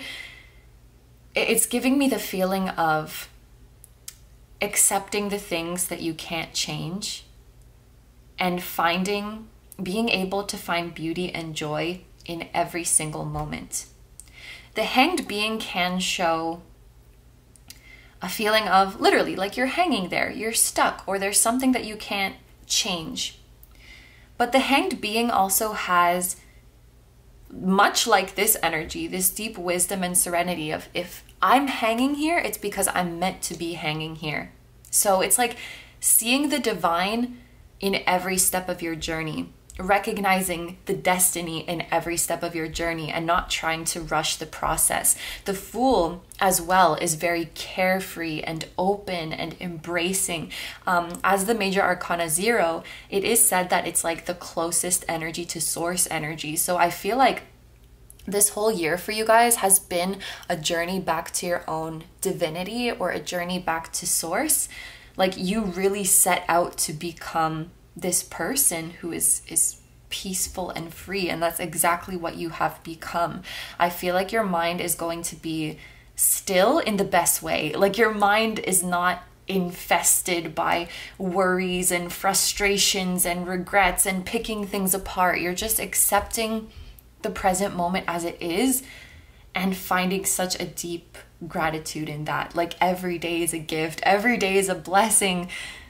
This is who you've wanted to become. This is the peace that you've wanted to find, honestly. And This is so sweet. This is like the first pile that it's so clearly like you came into the year with a goal, and then at the end of the year you did it, you became it. And I really, really love this for you guys. So let's move on to the tarot now. Well, the other tarot, because this is also a tarot. This is the Mystical Manga Tarot. And now let's see, what are your spirit guides most proud of you for? They're saying everything, but let's see if we can get some specifics for group 3. What are you guys most proud of for group 3? I feel like all of the group 3's guides are just loving each other right now. Like all the group 3s who are watching this, I feel like your guides are just vibing together really, really nicely. Oh my goodness. We have the 4 of Wands. I consider this like one of the happiest cards in the whole freaking deck. It makes me think of the month of April because it's the number 4, and Wands equate to the spring season, and then also like Aries is a fire sign, Wands are fire, and Aries are born in April. Anyway, all of that makes me think of April. And this also makes me think of June, actually, just in case those months are important for you guys. This is about your greatest joy, your greatest fulfillment, your destiny, and wish fulfillment. I think I want to mention that the wands look like 1111. I feel like your guides are proud of you for committing to your highest joy, committing to discovering and aligning with the highest version of yourself, and committing to having the most pleasurable and joyous experience that you can while you are here on this earth. What they're saying is like you guys have really embraced the human experience, and you're using spirituality as a tool to enhance your human experience, not as a way to escape from it. That's very interesting. It's like you have found a way for your 3D self and your eternal self to coexist in such a beautiful, harmonious way where it's not like your soul or your spiritual self is dictating all of your actions here on earth. You're still allowing yourself to be a human. You're still allowing yourself to like petty earthly things and earthly pleasures. You're allowing yourself to feel all of your feelings, both positive and negative, while at the same time recognizing, like, I'm a freaking soul. I'm a being of light. I am pure love, and I have a divine calling, and I have divine relationships, and you know, you found a really nice, oh yeah, I was gonna say you found a really nice marriage between the two of them. I feel like this is your corporeal self and this is your spiritual self, and they've come together in a very, very happy union. And I just, literally when I said that, the camera timer went to 1111, and this is like the 1111 card. So that's definitely the meaning for you guys. So I wonder if maybe there was a time where you felt like your 3D self and your 5D self were at odds with each other, or like maybe it just took you some time to iron out the kinks, so to speak, and find a way for them to really coexist. Maybe you went through some struggles of like, can I be spiritual and still do this? Can I be spiritual and still want these things, or feel these things, or consume these things? And I think you're just being a lot more gentle on yourself now, and like, fuck it, I'm a human. Like, I'm just as much of a human as I am a spiritual being. And I'm allowed to feel human things and do human shit, and that doesn't take away from my spirituality either. And I think yeah, this is what you've recognized. Your soul learns just as much from your human self as your human self learns from your soul. It's a symbiotic relationship. It's not like your soul is above your human self or holier than your human self. They're just different perspectives, and if you let them flow back and forth between each other, if you let them both have their voices be heard, that's the flow. I keep wanting to say baby. That's the flow, baby. You get in a really, really nice flow with the different aspects of yourself, and your guides are saying like, you've got it figured out. You've got this life shit figured out as much as you can. Have it figured out. Wow, that's so cool. Like, wow, I really, really like this group because I feel like you bring this extra dimension to the cards that I wouldn't normally get. I don't know if some of you guys are card readers, or if you are very, how would I say, like you have a very, very vivid or creative mind. But I love the extra color that you bring to everything, you and your guides.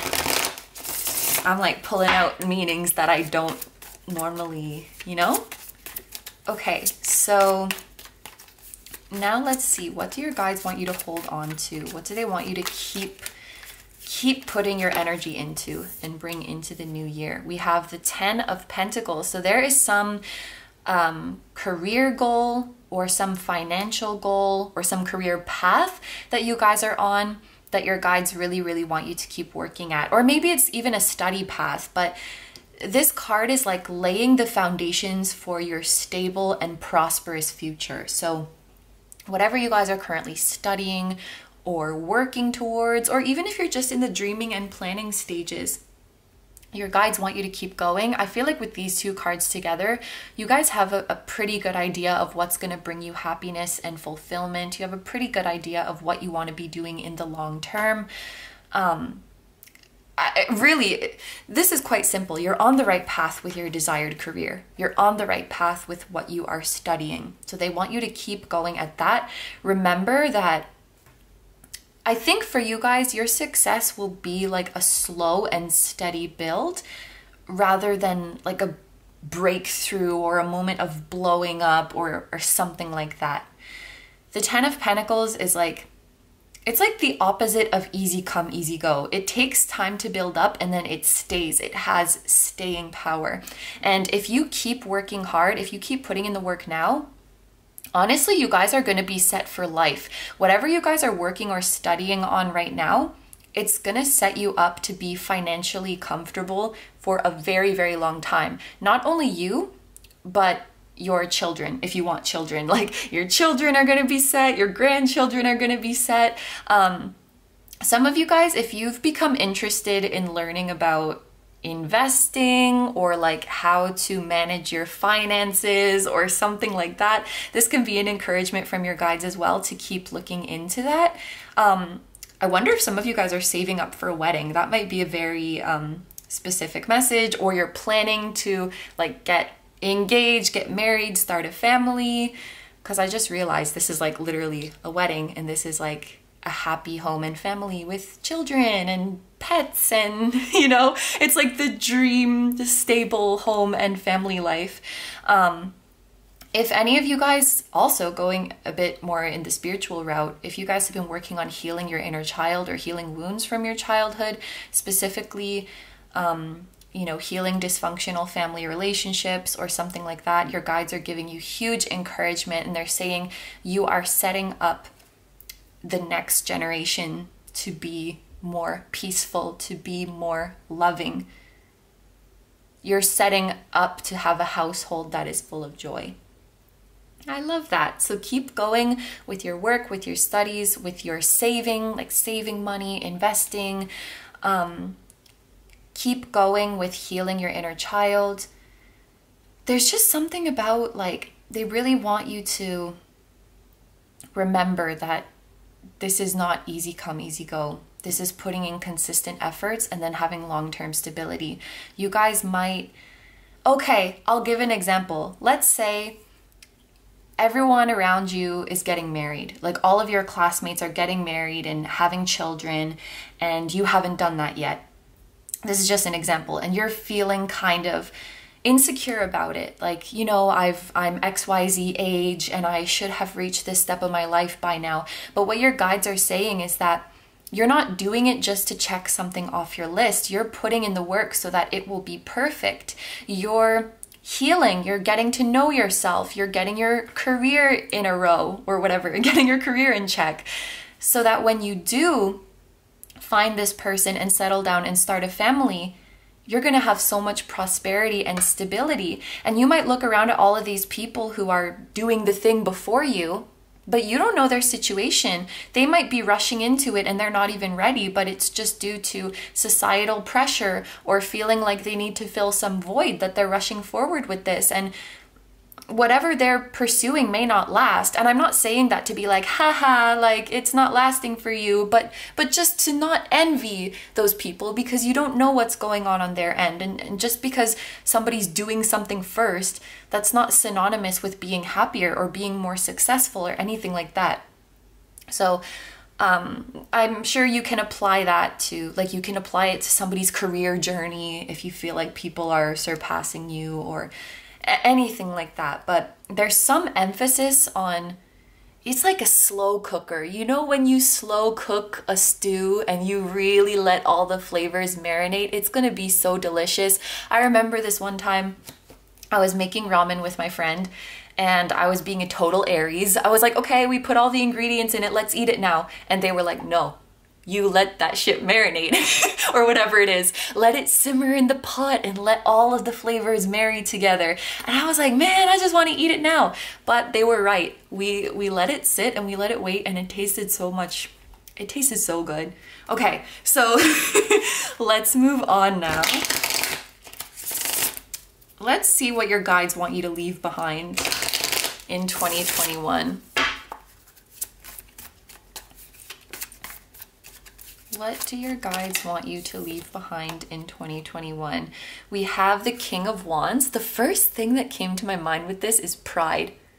To leave behind pride. I freaking love the King of Wands, but because this is like a what do you want to let go context, I kind of have to look into the I guess negative or shadow aspects of the King of Wands, and pride is a big one that is coming to me. So going back to this example, if you're feeling like you should be farther ahead, maybe some of you guys, and honestly, by the end of the year, you're the Six of Cups. So maybe this is just, maybe rather than what you should let go, this is also your guides being like, we're proud of you for letting this go, and don't worry, this stays in 2021. Like you've learned this lesson, because I'm seeing like someone who's looking around at other people who might be ahead of them and saying like, why do they have that and not me? And I think that there is some element of pride in there, because in a way you are implying like that you're more deserving of it than that person is, or that you should have the same amount as this person. I feel a little bit of pride coming through in that. And pride can also be like taking things personally. Like if you are, let's say you're the owner of a restaurant, and then a bunch of food critics are saying like, your food is not very good. Like, I feel like the King of Wands in that situation, if he's in his kind of shadow energy, he might be like, well, those people don't know what they're talking about. They're just uncultured, you know? Or you don't like my poetry book, then I don't want to hear it. You don't know what you're talking about. So, you know, where was I going with that? Maybe, you know what? Maybe the critics were being a little bit rude, and maybe they didn't have to word their stuff so harshly. Maybe they were being kind of assholes. But if a lot of people are giving some criticism about something, it may be good to just objectively look at it rather than, you know, acting out emotionally or taking it personally. And it doesn't always have to be in an angry way either. Actually, if I can give another example of that, maybe the restaurant owner reads these reviews and is like, I'm a failure, like I'm not meant to be well, maybe it's a chef, not a restaurant owner. Maybe it's both. Anyway, you know, oh, I'm worthless, I'm a lousy chef, I can't make anybody happy, you know. Pride can be something like that too. If you put too much of your pride into something that is not you, but it's just an extension of you in some ways. Don't take it personally, just step up your cooking game, you know? Like, it's not the end of the world. You don't need to beat yourself up, and you don't need to get angry at anybody either. You know? There's two different ways that you can respond to it, but it's like, don't get down on yourself and just learn from it. So If you had this kind of like prideful or impatient or can't handle criticism kind of energy, I feel like you are leaving that behind in 2021. Again, I feel like this is not a what you should let go. This is what you are letting go in 2021. Also, let go of any people who are not committed to you and the connection with you. I'm just thinking about how I sometimes see the King of Wands in love readings. And I feel like he can be somebody who does stir up a lot of passion in us. Like he's very charming, he's very attractive, he's very inspiring. But I don't often see the King of Wands as a super committed person. He's very much into himself and very much into doing his own thing. So what I want you guys to know is that if somebody wants to commit to you, they will make it obvious. And if somebody is coming across of like, oh, they're just really busy, they have other things going on. If somebody really wants to commit to you, they will find a way to make it work with all of their other stuff going on. I believe that you can be very busy and you can live your best life and you can still maintain your sense of individuality and have your own friends and your own hobbies and your alone time and blah, blah, blah, and still commit to someone you care about. When you really want to have someone around, you will make it work. So I think your guides are, if there's anybody you're holding on to, whether it's like someone you're currently involved with, or if you're wondering about a past person of what could have been with them, they're saying to let it go. The person who will commit to you will make it obvious, and they'll show that they're willing to put in the effort to build a happy future with you. Okay, so the final card is just going to be any advice, any other advice that they have for you guys going into the new year.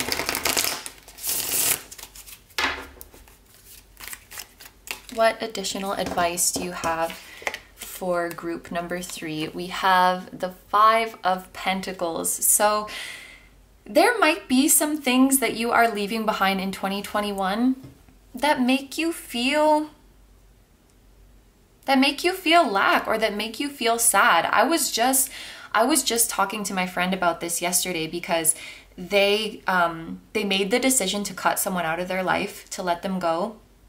And it's bittersweet. On one hand, they knew that they did the right thing, but that doesn't mean that they didn't feel sad. That doesn't mean that they didn't feel this person's absence and miss them. So sometimes when we have to let go of things, it's not so black and white. Sometimes we do let go of things that brought positives to our life. It would be much easier if everything was black and white, like this is all good, this is all bad, I'm gonna throw away the all bad. But sometimes this is not an expression, but sometimes the bath water that we throw out has a little bit of baby in it. But there's overwhelmingly more bath water than baby. And you don't have to penny pinch the babies. Are your guides trolling me? Because I was just going on about how articulate and how wonderful. You know, actually, now that I think about it, I bet you even the best author's best work, when you look at their draft, it has a bunch of dumb things like that in it. It's like, sometimes the bad that you throw away does have a little bit of good in it, but you're not broke. You are not penny pinching for the currency that is goodness. You're allowed to throw away a little bit of good. It doesn't mean you're ungrateful, and it doesn't mean that you won't come by even more and better good later. So just to use this King of Wands as example, let's say this is someone who's not committing to you. And you're like, oh, but you know, we had so much fun together.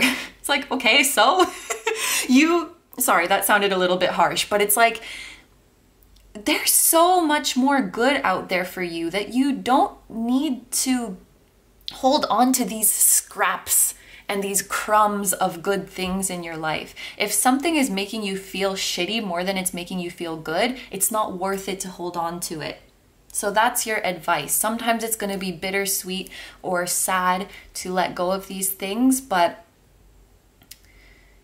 you need to trust your gut when it's right, and you need to assess, like, if this is bringing me more stress and more sadness than it is happiness, then it's got to go.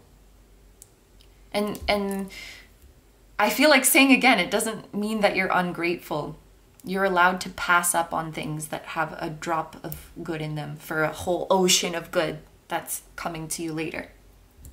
And I think that's everything I see with this Five of Pentacles. It can talk about a lack mentality. So maybe you guys have had a lack mentality when it comes to, you know, how many blessings you can receive or how much goodness you can have in your life.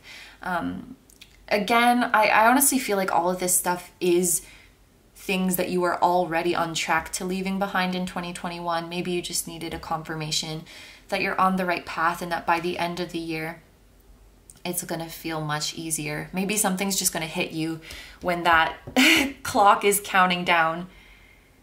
Like, I'm really closing the chapter. I'm really letting go here, and it's going to feel so freeing. Okay, so, oh, this is wrong. These ones. Let's take a look at our oracle cards now for any additional messages and advice from your spirit guides. The first one that we have is a grand symphony. I'm thinking of healing your heart when I look at this. This is a heart chakra card because the number has a green frame on it, so it's associated with the heart. And we have 27, which reduces to 9, which is like healing, ascension, your completion. Oh, okay. So you know when, you know, if you, oh my gosh. So piano, for example, there's right beside me where I'm filming, there's like, and I don't even know where the heck it came from. It's been in my house like since the dawn of time. You know how the inside of piano has all of those strings? There's like an inside of a piano just like on the wall in this room, like standing up with all the strings. And if you go near it and you sing a note, the strings will sing it back to you. So if I sing like a ah, then the piano is gonna go ah, back at me. Like that same string, that E note is gonna, because it's the same vibration, so it activates each other. I feel like that was probably a lot easier to explain than I made it. Or like in my old apartment, I used to lie down on my bed, and if I sang a specific note, the springs of the bed would like make that same note back to me. It's really, really cool how things with the same vibration like activate each other. But anyway, where I was going with this is that when you heal your heart, I feel like your heart is going to start singing the right note to activate the right hearts, the hearts of the right people. So you have to go in and tune the instrument that is your heart so that when you play it, the right sound comes out. And then the other hearts that have that same sound start singing with it.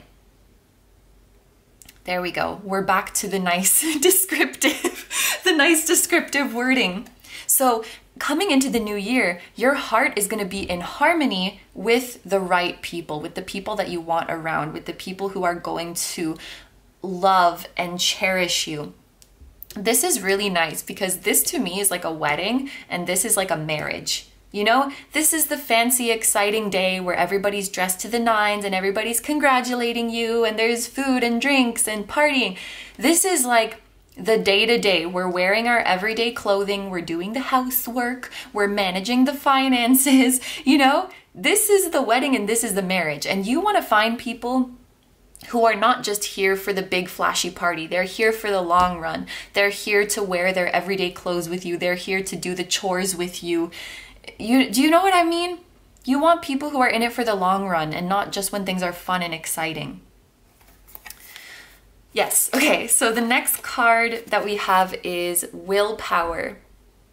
So I think this may be tying back to the message of you guys, like keep going with whatever you're studying, with whatever you're working on. I really, really feel like you guys are on the right track with your career, with your calling, with your vocation. Vocation is a word that's coming to my mind. Maybe some of you guys are working with like music or the arts, or actually what's coming to me is like art therapy or sound healing or music therapy or something like that. Maybe a specific few of you are doing some kind of work in that or some kind of therapy. But sorry, I got distracted because there's a lot of noise upstairs. This card is just here to tell you guys that you can do literally anything that you set your mind to. When there is a will, there is a way. I feel like you guys are going to accomplish some amazing things in the coming years, not just in 2022, but like in the next 5 to 10 years. You're going to keep moving up. You're going to keep thriving. You're going to keep flourishing. You guys are not at your peak yet. You have not passed your peak. It's coming up. Like, you're just going to keep going up and up and up and up and up. I'm thinking of Jack Harlow when he's like, I didn't peak in high school. I'm still out here getting cuter. That's you guys. And then, oh, we have happy.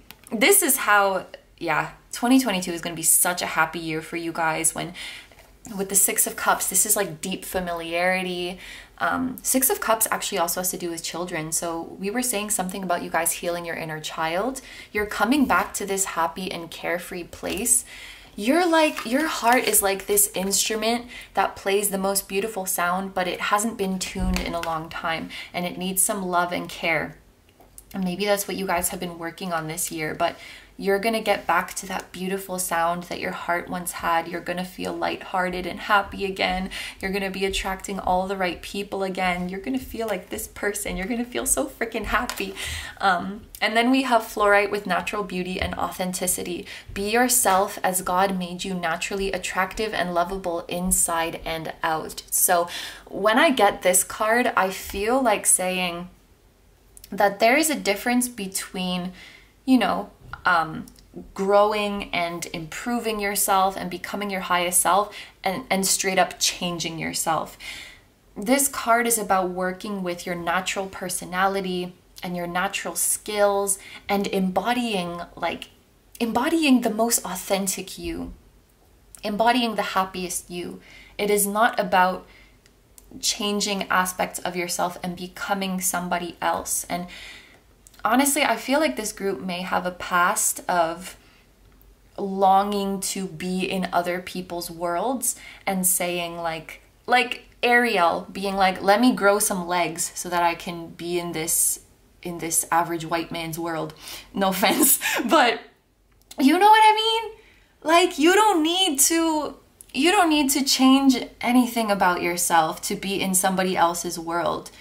You need to, or you're being encouraged to celebrate your own world, celebrate your own self, celebrate your own beauty, and the inhabitants of your world will naturally flock to you. You're absolutely perfect just the way you are. You just need to tune your instrument. You don't need to throw it away and buy a new one. You just need to tune it. The beauty's already there. And the right people will love you for exactly as you are. Okay, so this is what I'm seeing for you guys. I'm going to end the reading here. Thank you very, very much for letting me do this reading for you. I hope you have a wonderful day or night whenever you're watching, and I wish you all the best. Please take good care of yourself, stay healthy. Don't forget to like, comment, and subscribe if you feel like doing that.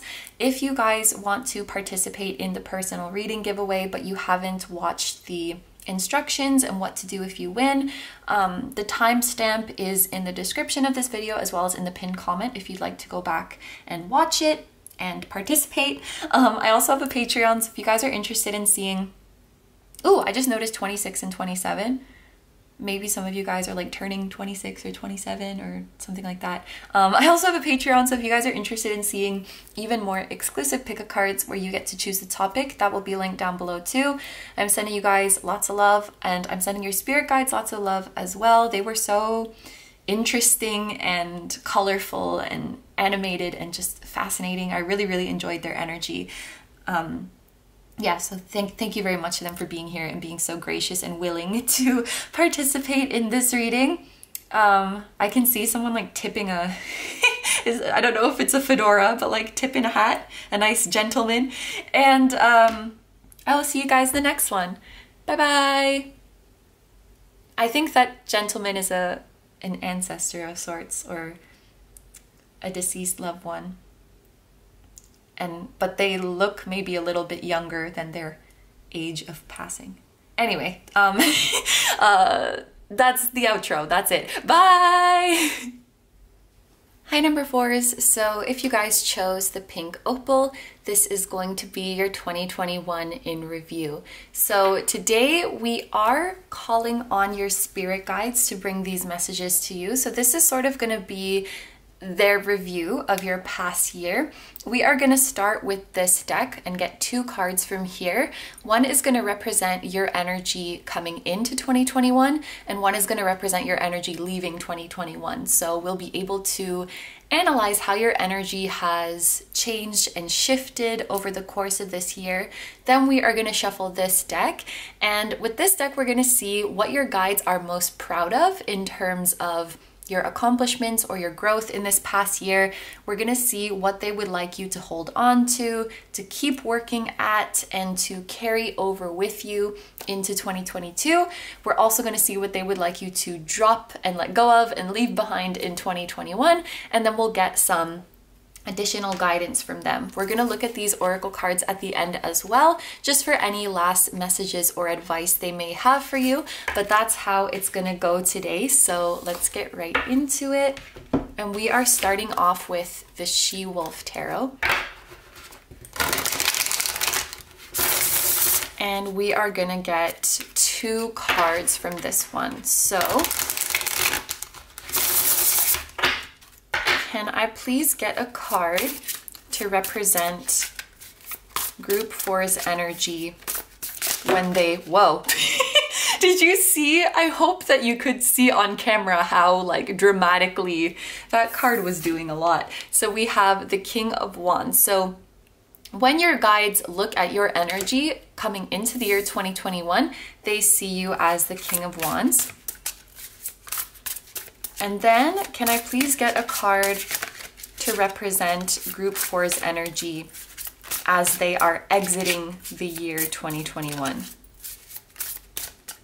What is their energy going to be like, or what is it like? Because we're pretty much at the end of the year now.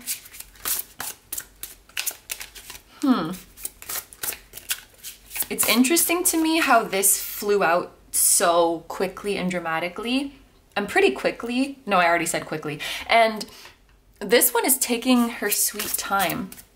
And it's interesting too because the King of Wands is, you know, someone who's very inspired, very motivated, very passionate.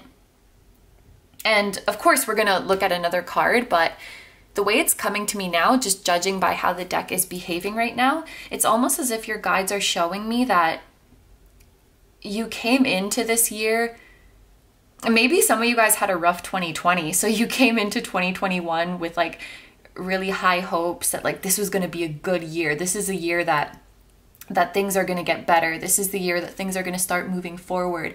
Maybe you had a lot of exciting plans about, you know, projects you wanted to do or experiences you wanted to have, things you wanted to work on. Maybe you were really, really excited about your career path or just your life path in general. And maybe now as the year has gone by, you're not so sure, like you've lost some of that steam or you've lost some of that passion, uncertainty starting to settle in. Could be something like this.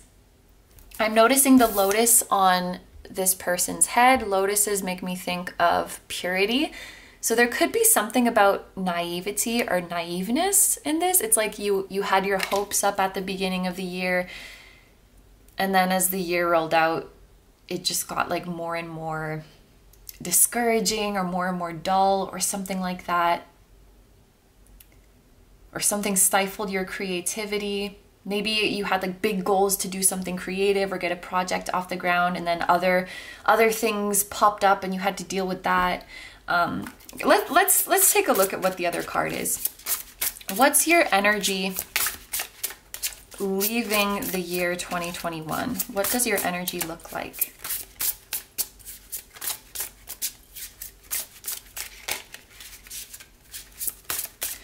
Maybe this is taking a long time because your energy at the end of the year is like TBD, to be decided. It could still change. How you choose to move forward and the energy that you choose to bring with you into 2022 is very much up to you. Could be something like that as well. Okay, here we go. What do we got? Oh yeah, we have the Five of Cups, and it's so interesting too that there's snakes on both of them. Now looking at this, here we have the heavenly bodies nicely lined up. The snakes are behaving. Here it looks like the, you know, the balls are rolling away and the snakes are going all over the place. And she's like, oh shit, my snakes. It kind of looks like something got derailed for you guys. And the Five of Cups is about sadness, disappointment, spilled milk. But Five of Cups to me also has that message of it's not the end of the world. Like this, whatever happened, it doesn't mean that you can't get what you want. This is just a temporary obstacle. It is not a failure. It is not a sign that you should stop or anything like that. The number 5, I often talk about how the number 5 is right in the middle of the, and right when I started talking about this, the camera timer said 555. So I do think 2022 can be a year of great change for you if you choose to claim that energy. Like I said, I think one of the reasons this card took so long to come out is because this energy is up to you. 5 is a pivoting number, being right in the middle. So it's how you choose to deal with these setbacks and how you choose to deal with these obstacles. If you want to let them defeat you or define your experience as like, this isn't meant for me, or the universe is punishing me, or if you want to say, okay, this was just a temporary setback, doesn't mean that I can't get everything I want and then some. Or you can choose to say even what I think is a setback is actually a blessing in disguise, something better is going to come to me.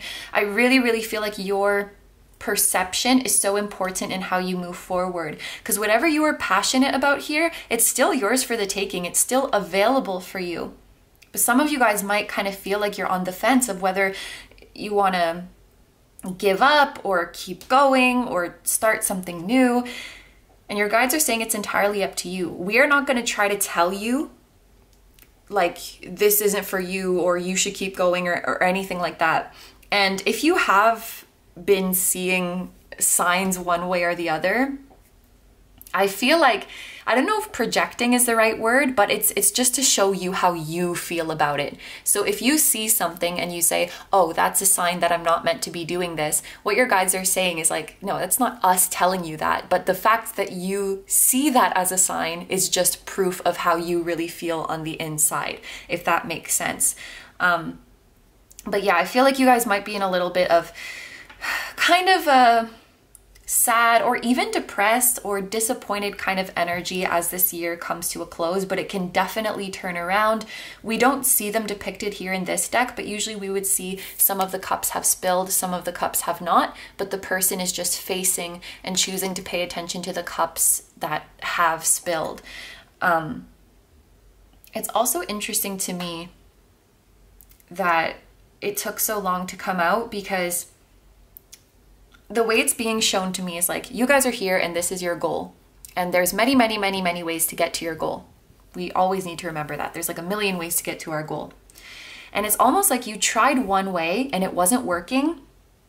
And maybe you guys kind of stalled the realization and the acceptance that this way is not going to work. It's like you wanted this one way to work so bad that maybe for some time you were in denial about it. And you're like, no, let's just keep pushing. Let's just keep pushing. And so the realization is kind of late. Whereas maybe like if you had just picked up and said like, okay, this isn't working, let's try another one. Even though that can sometimes take more energy to like find a new way, maybe that could have moved things along faster. And again, this is not to say you lost any opportunity, but just something to remember for the future. Like if something really isn't working out, maybe you're being protected, maybe you're meant to try a different route, but it certainly does not mean you're not meant to get to this destination, or you can't, or you're not supposed to. It's just that maybe this one way out of millions that you tried is not the best one, and there's something else. So I understand that it's really freaking difficult to face setbacks, especially when you're so passionate and you care so much about something, but your guides are saying how you choose to move forward from this situation is entirely up to you. And whatever it is that you guys really, really wanted, you can still have it. You can still make it happen in this coming year. They're really, really emphasizing that nothing has been lost here. Nothing has been lost. Okay, so let's move on to the next tarot deck. This is the Mystical Manga Tarot. And let's see. What are your guides most proud of you for in your past year? Ooh. Is that one? Yes, that card fell out very, very effortlessly. There's the Ace of Coins. So you guys are definitely on to something here. You're definitely on to something here with whatever this King of Wands is, whatever this goal is that you have in mind. You are holding in your hand the seed to grow all of this bounty.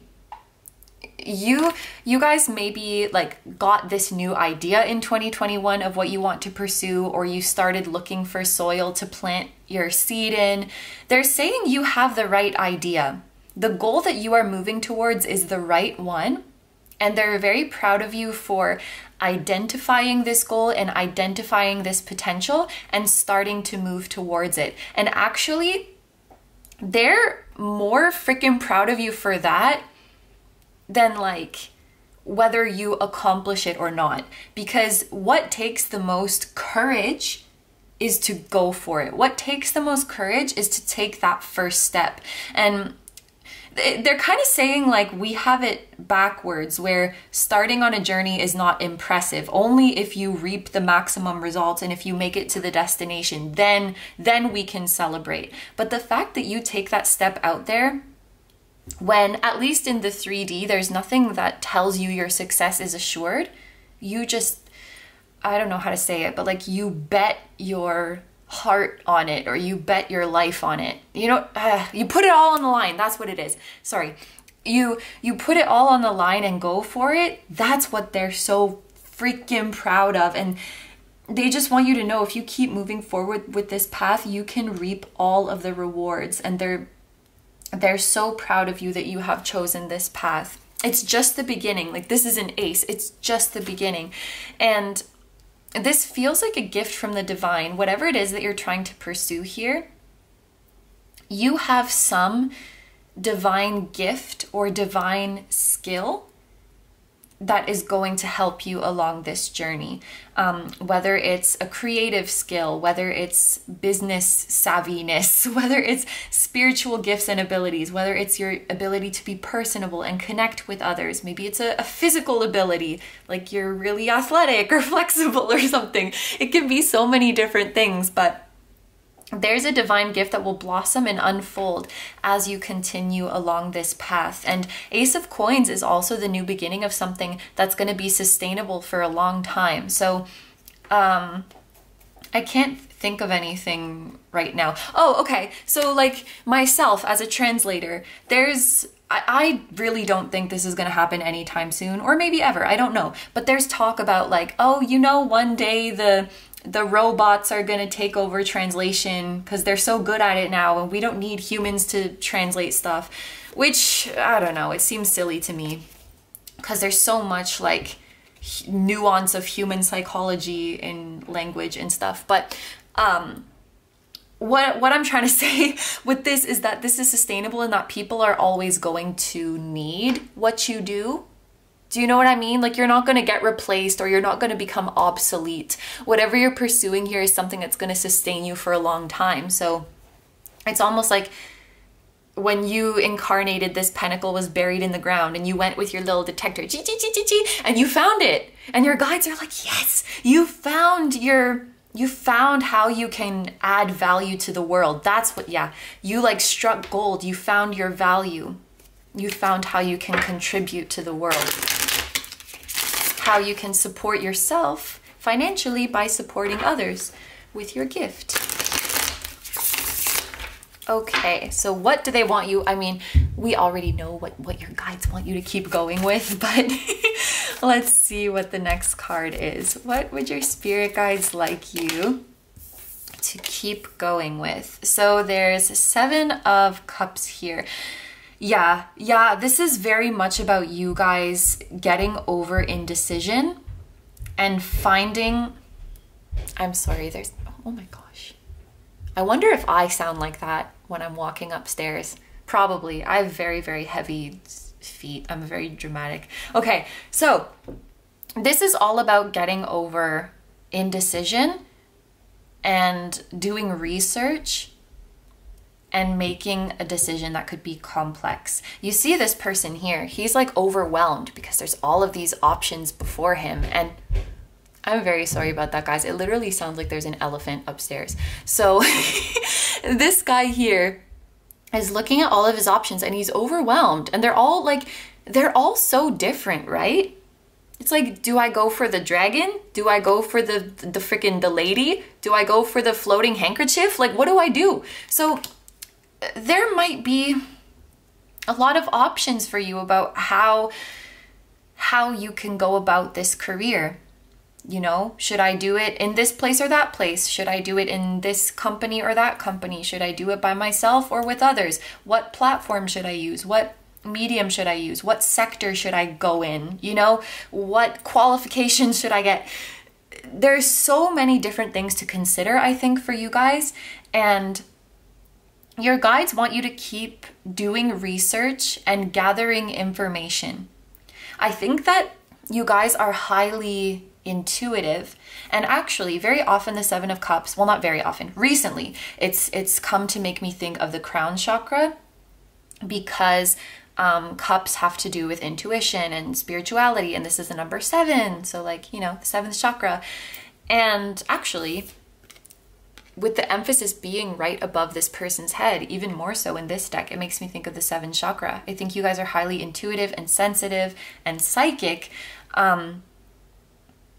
But, oh, and this is actually like the root chakra, because it's the number 1 being the first chakra, and the root chakra is associated with the element of earth.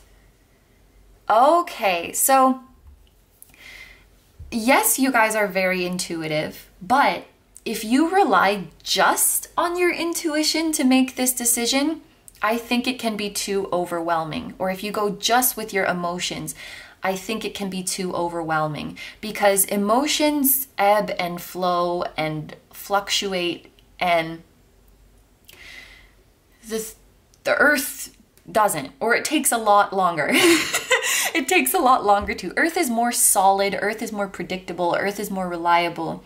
So they're saying, like, this decision of what path you choose, maybe you cannot rely only on spiritual insights or only on downloads or only on dreams. It's like, if you're saying, like, spirit guides, give me a sign, like, show me a dream about what I should do. We all know how chaotic dreams can be. Like, then you go to bed and you dream about a freaking dragon sitting in your bathtub and toasting hot dogs over your toilet, because somehow your toilet is also a bonfire, and somehow this dragon is also your cousin, even though you don't have a cousin. Like, you know, dreams are just weird like that. So I think your guides are encouraging you to, you don't need necessarily to rely on this wacky stuff. And no offense for calling it wacky, because it's literally like my career is in the wacky field, but they want you to be a little bit more practical with it, I guess, a little bit more grounded. You know, like, don't ask a tarot deck what you should do. Like, you know, hop on the internet, seek out professionals, read people's experiences, do research, ask around, like this kind of thing. I think they're trying to say, like, all the answers that you need lie here on earth. What your divine wisdom is telling you is that you want to get to this point. That you know for sure. But how you get there, look for the answer on the ground. Look for the answer on the ground is what they're saying. Okay, so what do they want you to let go of or leave behind in 2021?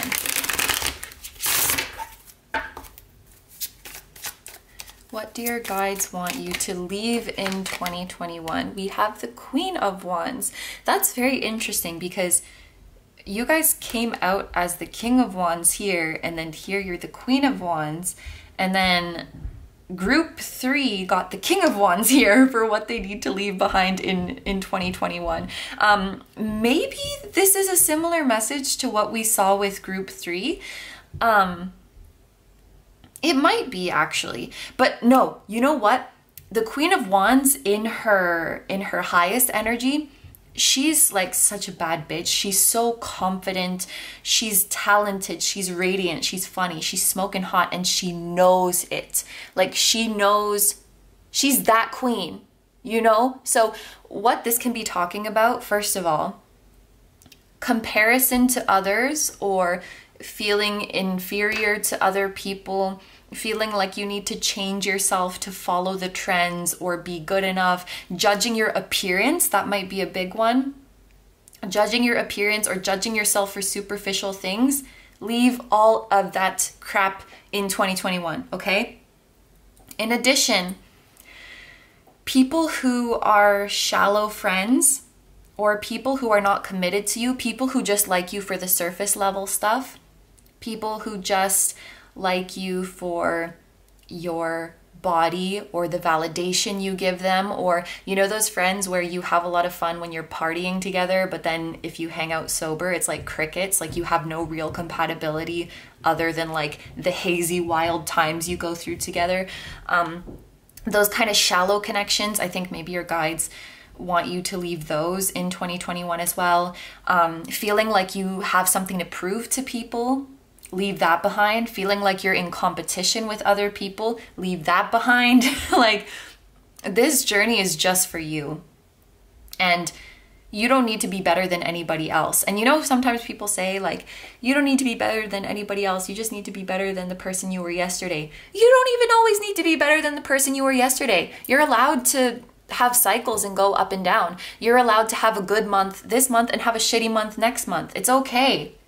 People flow like this. So just anything where you're comparing yourself or feeling shitty, feeling not good enough, especially for superficial reasons, leave that behind. And any people in your life who implicitly or explicitly encourage that sort of behavior, like if you have anybody around you who like gossips or just talks about other people's looks all the time, like, oh, you like them, they're not even hot, like just, you know, people like that, just, yeah, that's what we want you to leave behind. So yeah, it's a little bit different from group 3 after all.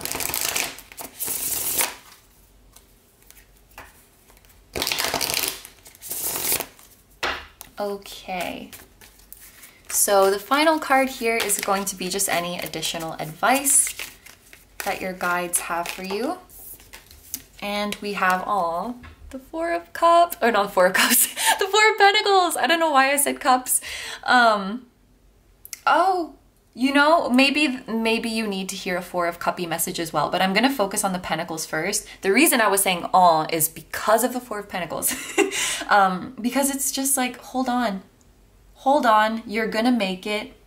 You got this. We got you. This is perseverance. This is tenacity. This is endurance. And also, this card makes me think of something is being saved for you. So you might feel with this 5 of Cups, you might feel like something has been lost, but that couldn't be farther than the truth. Whatever it is you're searching for, whatever it is you're pursuing, whatever it is that you're longing for, literally you have guardian angels who are holding it and keeping it safe for you, so that when you get to your destination, it will be there for you. We got you, we're holding you, you're safe, you're protected, and you got this. That's what this card is saying. This is a card that makes me think you have a lot of divine protection, especially angelic protection. Many of you have passed on loved ones who are watching over you, and actually they feel quite, I guess I could say they feel angelic, or what you might feel as a guardian angel is a passed on loved one. But you are so heavily protected, and you are so safe.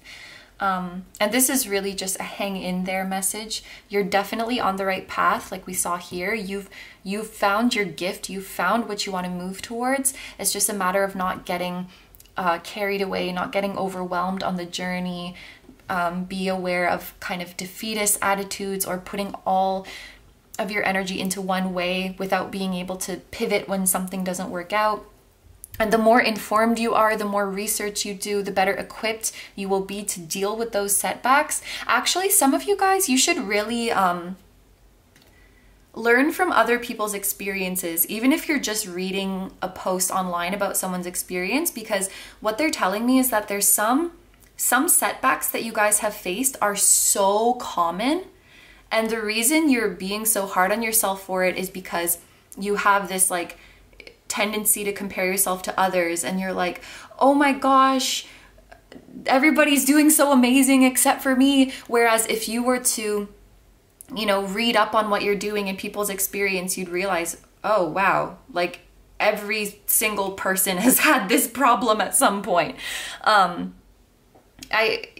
Like more people have had the problems that you're dealing with than you might realize. And so you're falsely mistaking, that was very redundant, but you're mistaking the struggles that you're going through as like some sign that you're doing a terrible job, or that you're doomed, or like, you know what I mean? It's like, oh, everybody loses control of their snakes sometimes. it's like this kind of thing. I hope that I explained that well. There's an example coming to my mind, and I don't know if it's exactly what I'm talking about, but it's like, let's say you want to be a fitness model. Okay, we're going that route. You want to be a fitness model, and then you work out and you get really, really toned and lean, and then your boobs shrink. And you're looking at all of these fitness models on Instagram who have giant boobs, and you're like, how come I have small boobs and how did they get so toned? But then if you do a little research, you'll realize like most of them have fake boobies. And like, I'm not saying that's bad, but it's like, don't judge yourself when a lot of people are in the same boat as you and they've done something to fix it and maybe haven't been honest about it, and then you see it and feel shitty. Do you know what I mean? Do you know what I mean? I don't think that's exactly what I was trying to say, but actually maybe it is. People are more like you than you realize, and they have the same struggles and insecurities as you more than you realize. Yes. And then also the Four of Cups, like I mistook this for the Four of Cups, or at least that it slipped out that way. And I wondered if there was something there for you as well. Oh, yes, because the Four of Cups is like, there's something you're not seeing. So I wonder if the path you're supposed to take is just out of your reach. You just need to look. Perception is super, super important to you guys, because in the Four of Cups, we see this person who's staring at the cups that they're dissatisfied with, and Spirit is trying to hand them the fourth cup, but they don't see it because they're looking this way when they need to be looking that way. In the Five of Cups, well, we don't actually see it on that card, so that's useless. In the Five of Cups, the spilled cups are here, and the person is staring at them and crying, and the full cups are here. So the person's looking here when they need to be looking there. It's like, it's right there. You just need to look elsewhere. You just need to look somewhere else. That's why they're showing the Four of Cups. Okay, so let's take a look at your oracle cards now to finish off this reading. The first one that we have is Roots of Abundance, and we were literally talking about you guys, like you've found your value. You're planting your seed. You guys, the potential is already there. Like you've really firmly established your roots. You know what you need to do. It's just a matter of figuring out how to get there. It's a matter of educating yourself a little bit more so you know how to prepare for the setbacks, so that you don't feel bad when you come up on a setback. Maybe some of you guys want to find like a community of people with similar goals that can help you feel less alone and feel more in control. We have passion. You guys are definitely meant to follow your passion and do something that you're very, very passionate about in this lifetime. These cards are so straightforward, and I feel like it's really just strengthening everything we talked about. We have Fork in the Road. Wow, they're oh my gosh, you know what I noticed too? Like it actually matches with the tarot card that is next to it. Like Roots of Abundance matches with the Ace of Pentacles. Fork in the Road, the indecision, matches with the Seven of Cups. Like they're talking about the same thing. Passion matches with the Queen of Wands. Like they're very, very similar. That's so funny. And then does this match? Maybe. Deep emotional healing. Your heart is ready to heal from past experiences and you are willing to devote time and energy toward therapeutic care.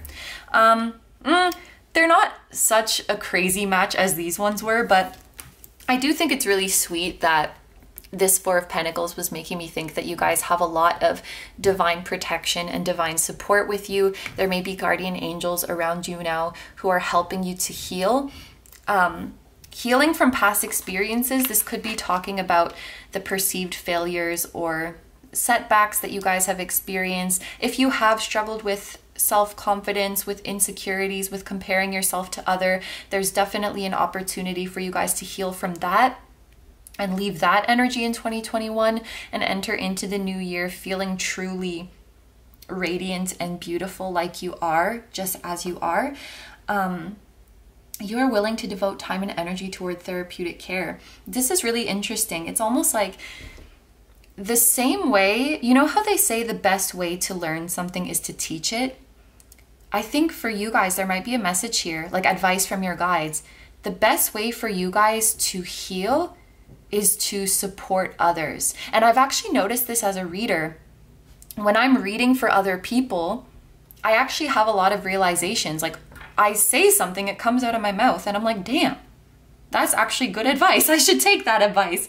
And so you guys might find if you help the people around you with their own healing, if you talk people through their own insecurities, maybe you meet somebody who's struggling in the same way, struggling with their appearance or struggling to feel worthy, struggling to feel talented or attractive enough, and you give them this pep talk and you tell them about why they should believe in themselves, and you realize, oh my gosh, I can actually use that wisdom that I just said myself. A lot of the time we don't realize we have this wisdom or we have the answers within us until we're like speaking it out loud or talking through it. It's really, really good to talk through your issues rather than just letting it like, what's the word? Letting it sit in your head, letting it fester isn't the, ruminate maybe? Yeah, letting it like ruminate in your head. I think your guides don't want you to be alone at this time. They want you to find your deep, true friends and your deep relationships. And if you haven't found these yet, this might be something that is coming to you in the year 2022. But what they're saying is one of the keys to finding these deep, intimate connections where you can open up and heal together and talk through things together is your willingness and your ability to be vulnerable. Putting on a brave face and pretending like nothing affects you and like everything is okay is going to impede your healing. And to find these people who will support you, there's a need to open up and like you're not afraid to be vulnerable. You're not afraid to talk about what's been bugging you, especially when it comes to surface level things. I feel like there can be some shame surrounding that. Like, oh, you're really insecure about that, like that superficial thing, that doesn't matter. But like, it does. If it's bothering you emotionally, it matters. And there shouldn't be like, this is valid to be insecure about and this is not. So, and if you speak up, again, like you'd be surprised how many people have gone through the same things. So it starts with you opening up. And I think you're going to find people that you connect with on a deep level, that you can have these intimate conversations with, that you can talk through your feelings together and heal together. And you are this therapeutic care for each other. If you tell your angels you're ready to be vulnerable and you're ready to allow this healing and these connections into your life, I am sure they will pave the way for you to find these connections. They will orchestrate your union or your reunion with these souls. Okay, but these are all the messages I'm seeing for you guys, so I'm going to end the reading here. Thank you very, very much for letting me do this reading for you. I hope you have a wonderful day or night whenever you're watching, and I wish you all the best. Please take good care of yourself, stay healthy. Don't forget to like, comment, and subscribe if you feel like doing that. If you guys do want to participate in the personal reading giveaway, but you haven't watched the instructions and what to do if you win part of this video, there is a timestamp in the description as well as in the pinned comment for those of you who are thinking that you want to participate. I also have a Patreon, so if you guys are interested in seeing even more exclusive pick-a cards where you get to choose the topic, that will be linked down below too. I'm sending you guys lots of love.